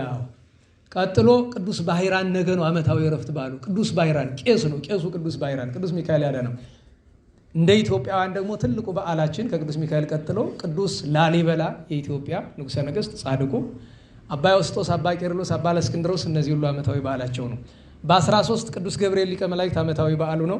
ቅዱስ ዮሐንስ ዘኢየሩሳሌም ዓመታዊ በዓሉ ነው። በ14 ሰማዕታት ቅዱሳን አባ አክረ ዮሐንስ፣ አብጥልማ ፊልጶስ አራቱም አንድ ላይ ሰማዕትነት የተቀበሉበት ነው። በ15 ታላቁ ሰማዕት ቅዱስ ሚናስ ኢትዮጵያዊ ጻድቅ አቡነ ጴጥሮስ ዓመታዊ በዓላቸው ነው። በ16 ባሕታውያን በሙሉ በዓለም ታሪክ የነበሩ ቅዱሳን ባሕታውያን ዓመታዊ በዓላቸው ነው። ታላቁ አቡናፍር የዚያን ቀን ዓመታዊ በዓሉ ይከበራል። ኢትዮጵያዊ ጻድቅ ንጉሥ አፄ ኩኖ አምላክ ዓመታዊ በዓሉ ነው። እግዝእትነ ማርያም ኢትዮጵያ አፋር አካባቢ ያለች ቅዱስ ገብርኤል ሄሮድስ ሞተ ተብሎ ምስራች የነገራት ሰኔ 16 ቀን ያንን እናስባለን። አረጋዊ ዮሴፍ ቅዱስ ሰሎሜን ጨምረን ማለት ነው። በ17 ጥሪ ልናቀርብላችሁ ነው። አቡነ ገሪማ ዓመታዊ በዓላቸው ነው። አደባባይ ተክለ ሃይማኖት አደራ አደራ፣ የጻድቁን ክብር የተረዳችሁ የሚገባችሁ አደራ እንድናከብር ጻድቁን። መስከረም 30 በሚከበረው ቀን ብዙዎቻችሁ አልመጣችሁ። የሰኔ 17 ግን ረፍት ማለት የተሰወሩበት ነው። አደራ ያን ቀን ኃጣንን በማማለድ ከፍጡር ወገን እመቤታችን በታች እንደሳቸዋል አይመስለኝም። ታላቁ አባ ለትጹን መርዝ እያደረገ 10 ሰው የገደለው ለጆሮ ቢቀፍም እናቱን ያስነወረውን የገዛ እናቱን 10 ጊዜ ያስነወረውን የወለደችውን ልጅ በመርዝ የገደለውን ክህነት ሳይኖረው እየገባ በስጋው ደግሞ ሲቀልድ የኖረውን ነፍስ እንኳን እግዚአብሔር አልምርም ቢላቸው ሲኦል አስገባኝ እኔም ብለው በፍቅሩ አስገድደውት ይባላል። በፍቅሩ አስገድደውት ያችን ነፍስ ገነት ለማስገባት ጌታ ስለቀፈፈችው አሽቶ እንዳልተፈጠረች ነው ያደረጋታል። እንዲህ እስከማስደረግ ድረስ ስልጣን ያላቸው አማላጅነት ያላቸው። ሌላኛው ታላቁ አባ ጰላሞን ፈላሲ የአባ እንጦንስ ደቀ መዝሙር የነበሩት ዓመታዊ በዓላቸው ያን ቀን። እናታችን ቅድስት አርሴማ ጻድቋ ኢትዮጵያዊቷ ማለት ነው። ጻድቋ ቅድስት አለች እኮ አታውቁም አይደለም? ኢትዮጵያዊቷ ቅድስት አርሴማ የምትባል እንዳለች አለች። ኢትዮጵያዊት ናት። እሷም ዓመታዊ በዓሏ ነው። የዛሬ ሳምንት 18 ነው አይደለም?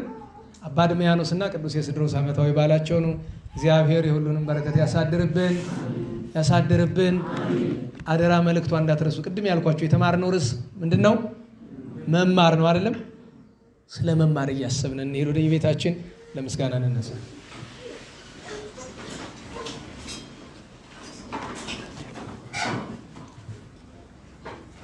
ስብሐት ለአብ ስብሐት ለወልድ ስብሐት ለመንፈስ ቅዱስ ስብሐት ለአብ ስብሐት ለወልድ ስብሐት ለመንፈስ ቅዱስ ስብሐት ለአብ ስብሐት ለወልድ ስብሐት ለመንፈስ ቅዱስ ስብሐት ለእግዝእትነ ማርያም ድንግል ወላዲተ አምላክ ስብሐት ለመስቀለ እግዚእነ ኢየሱስ ክርስቶስ ክርስቶስ በምሕረቱ ይዘከረነ አመዳግም ምጽአቱ እያስተሐፍረነ ለሰብሖተ ስሙ ያንቀሐነ ወበአምልኮቱ ያጽንዐነ እግዝእትነ ማርያም አይርጌ ጸሎተነ ወአስተስርይ ኩሎ ኃጢአተነ ቅድመ መንበሩ ለእግዚእነ ለዛብልዐነ ዘንተ ኅብስተ ወለዘአስተየነ ዘንተ ጽዋዐ ወለዘሰርዐ ለነ ሲሳየነ ወአራዘነ ወለዘተአገሰ ለነ ኩሎ ኃጢአተነ ወለዘወሃበነ ሥጋሁ ቅዱሰ ወደሞ ክቡረ ወለዘአብጽሐነ እስከ ዛቲ ሰዓት መላለም ምሕረቱን አብሎቱ ስማተ ዋኩቲት ይትአቁቶ ይሰባ ስሙ ለእግዚአብሔር ወትረ በኩሉ ጊዜ በኩሉ ሰዓት ስብሐት ለአብ ወወልድ ወመንፈስ ቅዱስ ይእዜኒ ወዘልፈኒ ወለዓለመ ዓለም አሜን። አውሎግሶን አውሎግሶን አውሎግሶን በእንተ አብ ወወልድ ወመንፈስ ቅዱስ አቀበት ለወጡ ቁልቁለት ለወረዱ ርጥብለት የሰባቸው ደረቅ ለነደደባቸው ለረዱ ለተራዱ ለዘከሩ ላዘከሩ ስመ እግዚአብሔር ስመ ማርያም ድንግል ስመ ቅዱሳን ለጠሩ እግዚአብሔር አስበ ቅዱሳን ይሰብልን። ጸሎተ እግዝእትነ ማርያም እንበል። ሰላም ለኪ እንዘንሰግድ ብለኪ ማርያም ምንን አስተበቋኪ ማርያም ወይ ተማይጸነብኪ በእንታና መኪ ያቂማ ወኪ ማይበረኔም ድንግል ባርኪ ጸሎተ እግዝእትነ ማርያም ድንግል ወላዲተ አምላክ ታቢው ነሲል እግዚአብሔር ተሐሰይ መንፈሴ በአምላኪው መዳኔ እስመሬ ማማላ መቱን አሁን ይዘስ ያስተበጽኒ ኩሉ ትውልድ እስመ ገብረ ሊታ ኢላብያቶ ቅዱስ ስሙ ወሳይሉን ይለት ትውልድ ለለ ይፈርው ገብረ ኃይለ በመዝራይቱ ዘረው ምን ለአቢውን ለልቦሙ ወነዘቶሙ ላይ ያላነ መናብርቲሆሙ አይቤሆሙ ለቶታን ማዝገቦሙ በረከቱ ለሩባን ወፈኖሙ ራቆሙ ለቡላኑ ተወክፉ ለእስራኤል ቁሪሁ ተዘክረ ሳይሉ ዘይቤሉሙ ለአበዊነ ለአብርሃም ወለዘሩ እስከ ለዓለም ባረክነ ቀድስና ንጽህና እግዝእትነ ፍተነ ማይሰሪው ለሰይጣን እሙ ለመድህን ወለተ ብርሃን ኦ መዝገበ በረከት መዝገበ ቅዱሳት መዝገበ ንጽ መዝገበ ርኅራኄ መዝገበ የዋሃት ባረክነ በእድየኪ በከመ ባረኪ ወለኤፍሬም ፍቁርኪ በበረከተ ወልድኪ ወአቡሁ መንፈስ ቅዱስ ስብሐት ለአብ ወወልድ መንፈስ ቅዱስ ለዓለም ወለዓለመ ዓለም። ሰላም ለአብ ዘእምቅድመ ዓለም ነጋሲ ለወልድ ሰላም ሥጋ ማርያም ለባሲ ወለመንፈስ ቅዱስ ሰላም ኃጢአት ዓለም ደምሳሲ ኃይሌ የሥላሴ ወጾን የሥላሴ በስመ ሥላሴ ቀጠቅጥ ከይሴነ አሃቤ ዳዊት ንጉሠ እስራኤል በዓለ መዝሙር ሰነወጡ መቃል ታለበውኒ ነገር ፍካሬ ኩሉ አምሳል ከመሰብሁ ለእግዚአብሔር ሉሎ ከመወድስ ለማርያም ድንግል እንዘ ጸርወ እብል ማርያም ንጽሕት ድንግል ወላዲተ አምላክ ማእምንት ሰአሊተ ምሕረት ለውሉደ ሰብ ሰአሊ ለነ በክርስቶስ ወልድኪ ይስረይ ኃጢአተነ ሰአሊ ለነ ቅድስት ጸሎታ ለማርያም ወስለታ ያድነነ እማትወልዳ ጸሎታ ለማርያም ወስለታ ለሕዝበ ክርስቲያን ይቀበነ እማትወልዳ ጸሎታ ለማርያም ወስለታ ለነፍሳተ ሙታን ያድኑን እማትወልዳ ጸሎታ ለማርያም ወስለታ ለመካናቲነ ደብረ መድኃኒት ወመንበረ መንግሥት ለቤተ ክርስቲያን ቅድስት ወለሀገሪትነ ኢትዮጵያ ይቀቡን እማትወልዳ ጸሎታ ለማርያም ወስለታ ለአግብርታ ወላይማታ ይኩነነ ከመወልታ በጸሎትሽ ወበስዕለትሽ ለአበው ንጹሐን ለቅዱስ ኤፍሬም ለአባ ሕርያቆስ ለአባ ጊዮርጊስ ለአባ ሳሙኤል ለቅዱስ ደቅስዮስ ለያሬድ ማሕሌታዊ ለአባ ኪሮስ ለአባ መባጽዮን ለአቡነ ዘርዓ ያዕቆብ ለብፁዕ ገብረ ክርስቶስ ለቅዱስ ዮሐንስ አፈወርቅ ለአባ ጽጌ ድንግል ለአባ ዮሐንስ ዘደማስቆ ለአባ ሳሙኤል ዘደብረ ቀልሞን ለቅዱስ ዮሐንስ ወልደ ነጎድጓድ ለቅዱስ ቄርሎስ አምደ ሃይማኖት ለአቡነ አቢብ ለንጹሐት አንስት ለክቡራን ሐዋርያት ለጻድቃን ወሰማዕታት ለደናግል መነኮሳት የተለመንሽ ድንግል እመቤታችን ለእኛም ተለመኝን። ጽኔት በድንግልና ስርጉት በቅድስና እመቤታችን ጸጋውን ክብሩ እንዳይነሳን ለምኝልን። አይምሮውን ልቦውን ጥበቡን ፍቅርሽን መዓዛሽን በልቦናችን ሳይልን አሳድርልን። ቸሩ መድኃኔዓለም ፈጣሪያችን ከመከራ ሥጋ ከመከራ ነፍስ እንዲሰውረን የእመቤታችን ጣዕመ ፍቅሯን የቅዱሳንን በረከት እንዲያሳድርብን ሀገሩን ደብሩን ማህበሩን በሰላም በምሕረት እንዲጠብቅልን የሞቱ ወገኖቻችን ነፍሳቸው እንዲያጸድቅልን በመከራ በእስራት በስደት በደዌ በጭንቀት ያሉ ወገኖቻችን በቸርነቱ እንዲያስብልን ሰላም በዋለን ቸርነቱ ተረፈ መዓልቱን ባርኩ ሰላም እንዲያሳድረን ቅዱስ ስሙን እንደ ቸርነት ብለን እንጥራ።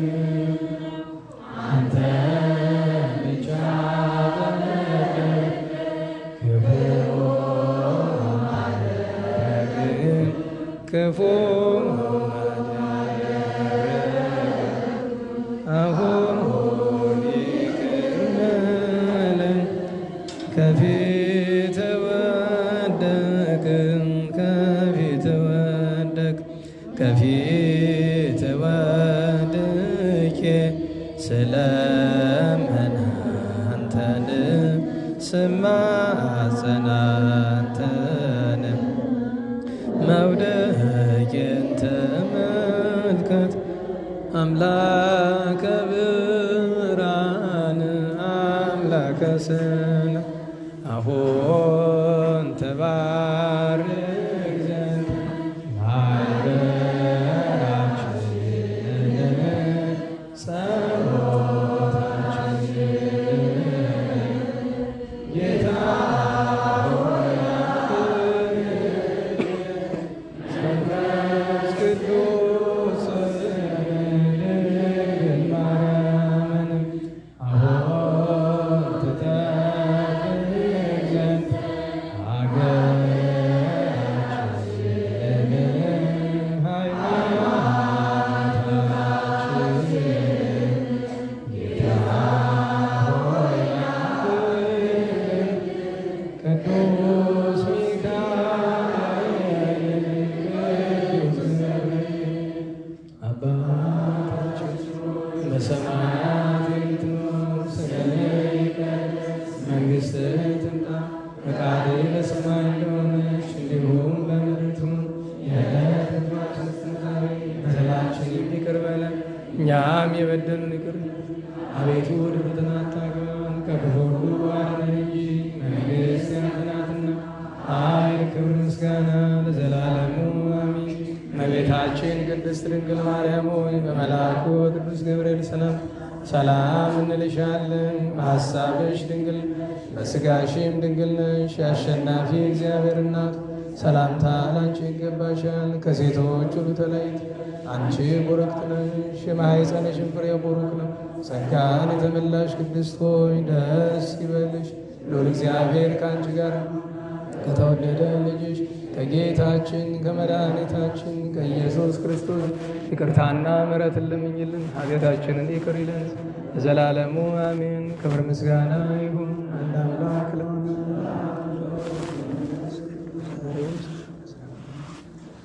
ስለነበረን ጊዜ ቅዱስ አምላካችን እግዚአብሔር ስሙ የተመሰገነ ይሁን የተመሰገነ ይሁን። አጭር መልእክት። ምናልባት አብዛኞቻችሁ የምትመጡ ሁሉ ሰው የሚመጣው ለስብከቱ ሰዓት ነው። ከቻላችሁ 10 ሰዓት ላይ ነው ምህላውን አድርሱ። እንዲህ ባለው የመከራ ዘመን አንዳንድ ጊዜ ሰው መቼም እንደ 7 ተካት ሰዎች ውሃው ከአንገታችን እስከሚደርስ ከሆነ ችግር ነው። ግን ስራ መደበኛ ስራ ካላችሁ መምጣት የማትችሉ እሱ ምንም አይደረግም። ነገር ግን የምትችሉ ሰዎች 10 ሰዓት ላይ ተገኝታችሁ ምህላውን አድርሱ። የጠዋቱንም ምህላ አደራ ቸል አትበሉ። እሱ ነው። ይቅርታ የሚለውን ቃል የምናገረው ለእናንተ አይደለም። የእግዚአብሔርን ቃል ተናግሬ መቼም ለማንም ይቅርታ አልጠይቅም። ያን ምንበት ምክንያት በእውነቱ ትንሽ ችግር እየበዛ ስለሄደ ጉባኤውንም ለመዝጋት አጠቃላይ ብዙ ችግር ለመፍጠር የሚሞክሩ ሰዎች ስላሉ መቼስ ጉባኤውን እንዲያ ከሚያደርጉብን ልባቸው ይለሰልስ እንደሆነ ብዬ እንዲያው እስከዚህ ድረስ የሚያዳምጡ ከሆነ በትዕግስት ለዚያ ነው እንጂ ለተናገርሁት ነገር በሙሉ ምንም ይቅርታ የሚያስጠይቅ ነገር የለውም። ያ ነው እና ሁለተኛ ደግሞ እዚህም ሆኖ ደግሞ አንዳንዱ ሰው ቅር ይለዋል። እንዲሁ ግራ ይገባኛል። ይኸውልህ ከገሃነመ እሳት የኔ ቁጣ አይሻልም? እንዴት ዋላችሁ? ሚስትን ፍታ አሏቸው አይደል? አንድ ያቋቋመ መምህር በዚህ ወገራ ያሉ ሚስታቸው አረመኔ ናት፣ በጣም በቃ ልትገላቸው ደረሰች እና ጓደኛቸው ሌላኛው ያቋቋመ መምህር መጡና አንተ ትሞት ፍታት ሌላ ሰው እናጋባለን ብለው ሲሏቸው አልፈታትም። ለምን ሲሏቸው ከገሃነመ እሳት እሷ ትሻለኛለች አሉ ይባላል አይደለም? እህቶቻችን እንዲህ ከመባል ያድናችሁ። እሳት አትሆኑ እንደው አታብዙት ደግሞ ብዬ ነው። እና አንዳንዴ ከገሃነመ እሳት የኛ ቁጣ ይሻላል ከኋላው ፍርድ፣ አረ በምድሩ ካለው መቅሰፍት። ስለዚህ መድኃኔዓለም ኢየሱስ ክርስቶስ በቸርነቱ ማስተዋሉን ያድለን። ዛሬ ትንሽ ሰዓት ሳባ አድርገናል። የሚቀጥለው ሳምንት ደግሞ እናሳጥራለን። እንደ እግዚአብሔር ቸርነት በሰላም አስጀምሮ በሰላም ያስፈጽመን ቸሮ አምላክ እንቅፋት ሳይመታን እሾህ ሳይወጋን ኃጢአት ሳይሰለጥንብን በደልም ሳይገዛን የብርሃን መላእክት በፊት በኋላ በቀኝ በግራ እየጠበቁን ለጊዜ ወደ የቤታችን ለፍጻሜው ተስፋ ወደምናደርጋት መንግሥተ ሰማያት ከተከፈተች ገነት ከተነጠፈች ዕረፍት ከአባቶቻችን ርስት ሁላችን በሰላም ያድርሰን። በጣም የመሸባችሁ መሄድ ትችላላችሁ። ሌሎቻችሁ የ2 ደቂቃ መዝሙር እንዘምራለን። ጸጋነ ወሕይወተ ረከብነ ጸጋነ ወሕይወተ ረከብነ በኃይለ መስቀሉ ለኢየሱስ ክርስቶስ በኃይለ መስቀሉ በኃይለ መስቀሉ ለኢየሱስ ክርስቶስ በኃይለ መስቀሉ ኪያከ እግዚኦ ነአኩት ወንሴብሐከ እግዚአብሔር ኪያከ እግዚኦ ነአኩት ወንሴብሐከ እግዚአብሔር ጸጋን ተቀበል ሕይወትንም አገኘን ጸጋን ተቀበል ሕይወትንም አገኘን በመስቀሉ ኃይል ለኢየሱስ ክርስቶስ በመስቀሉ ኃይል በመስቀሉ ኃይል ለኢየሱስ ክርስቶስ በመስቀሉ ኃይል አቤቱ አንተን አቤቱ አንተን እናመሰግንሃለን እግዚአብሔር አቤቱ አንተን አቤቱ አንተን እናመሰግንሃለን እግዚአብሔር በሰላም ያሳድረን።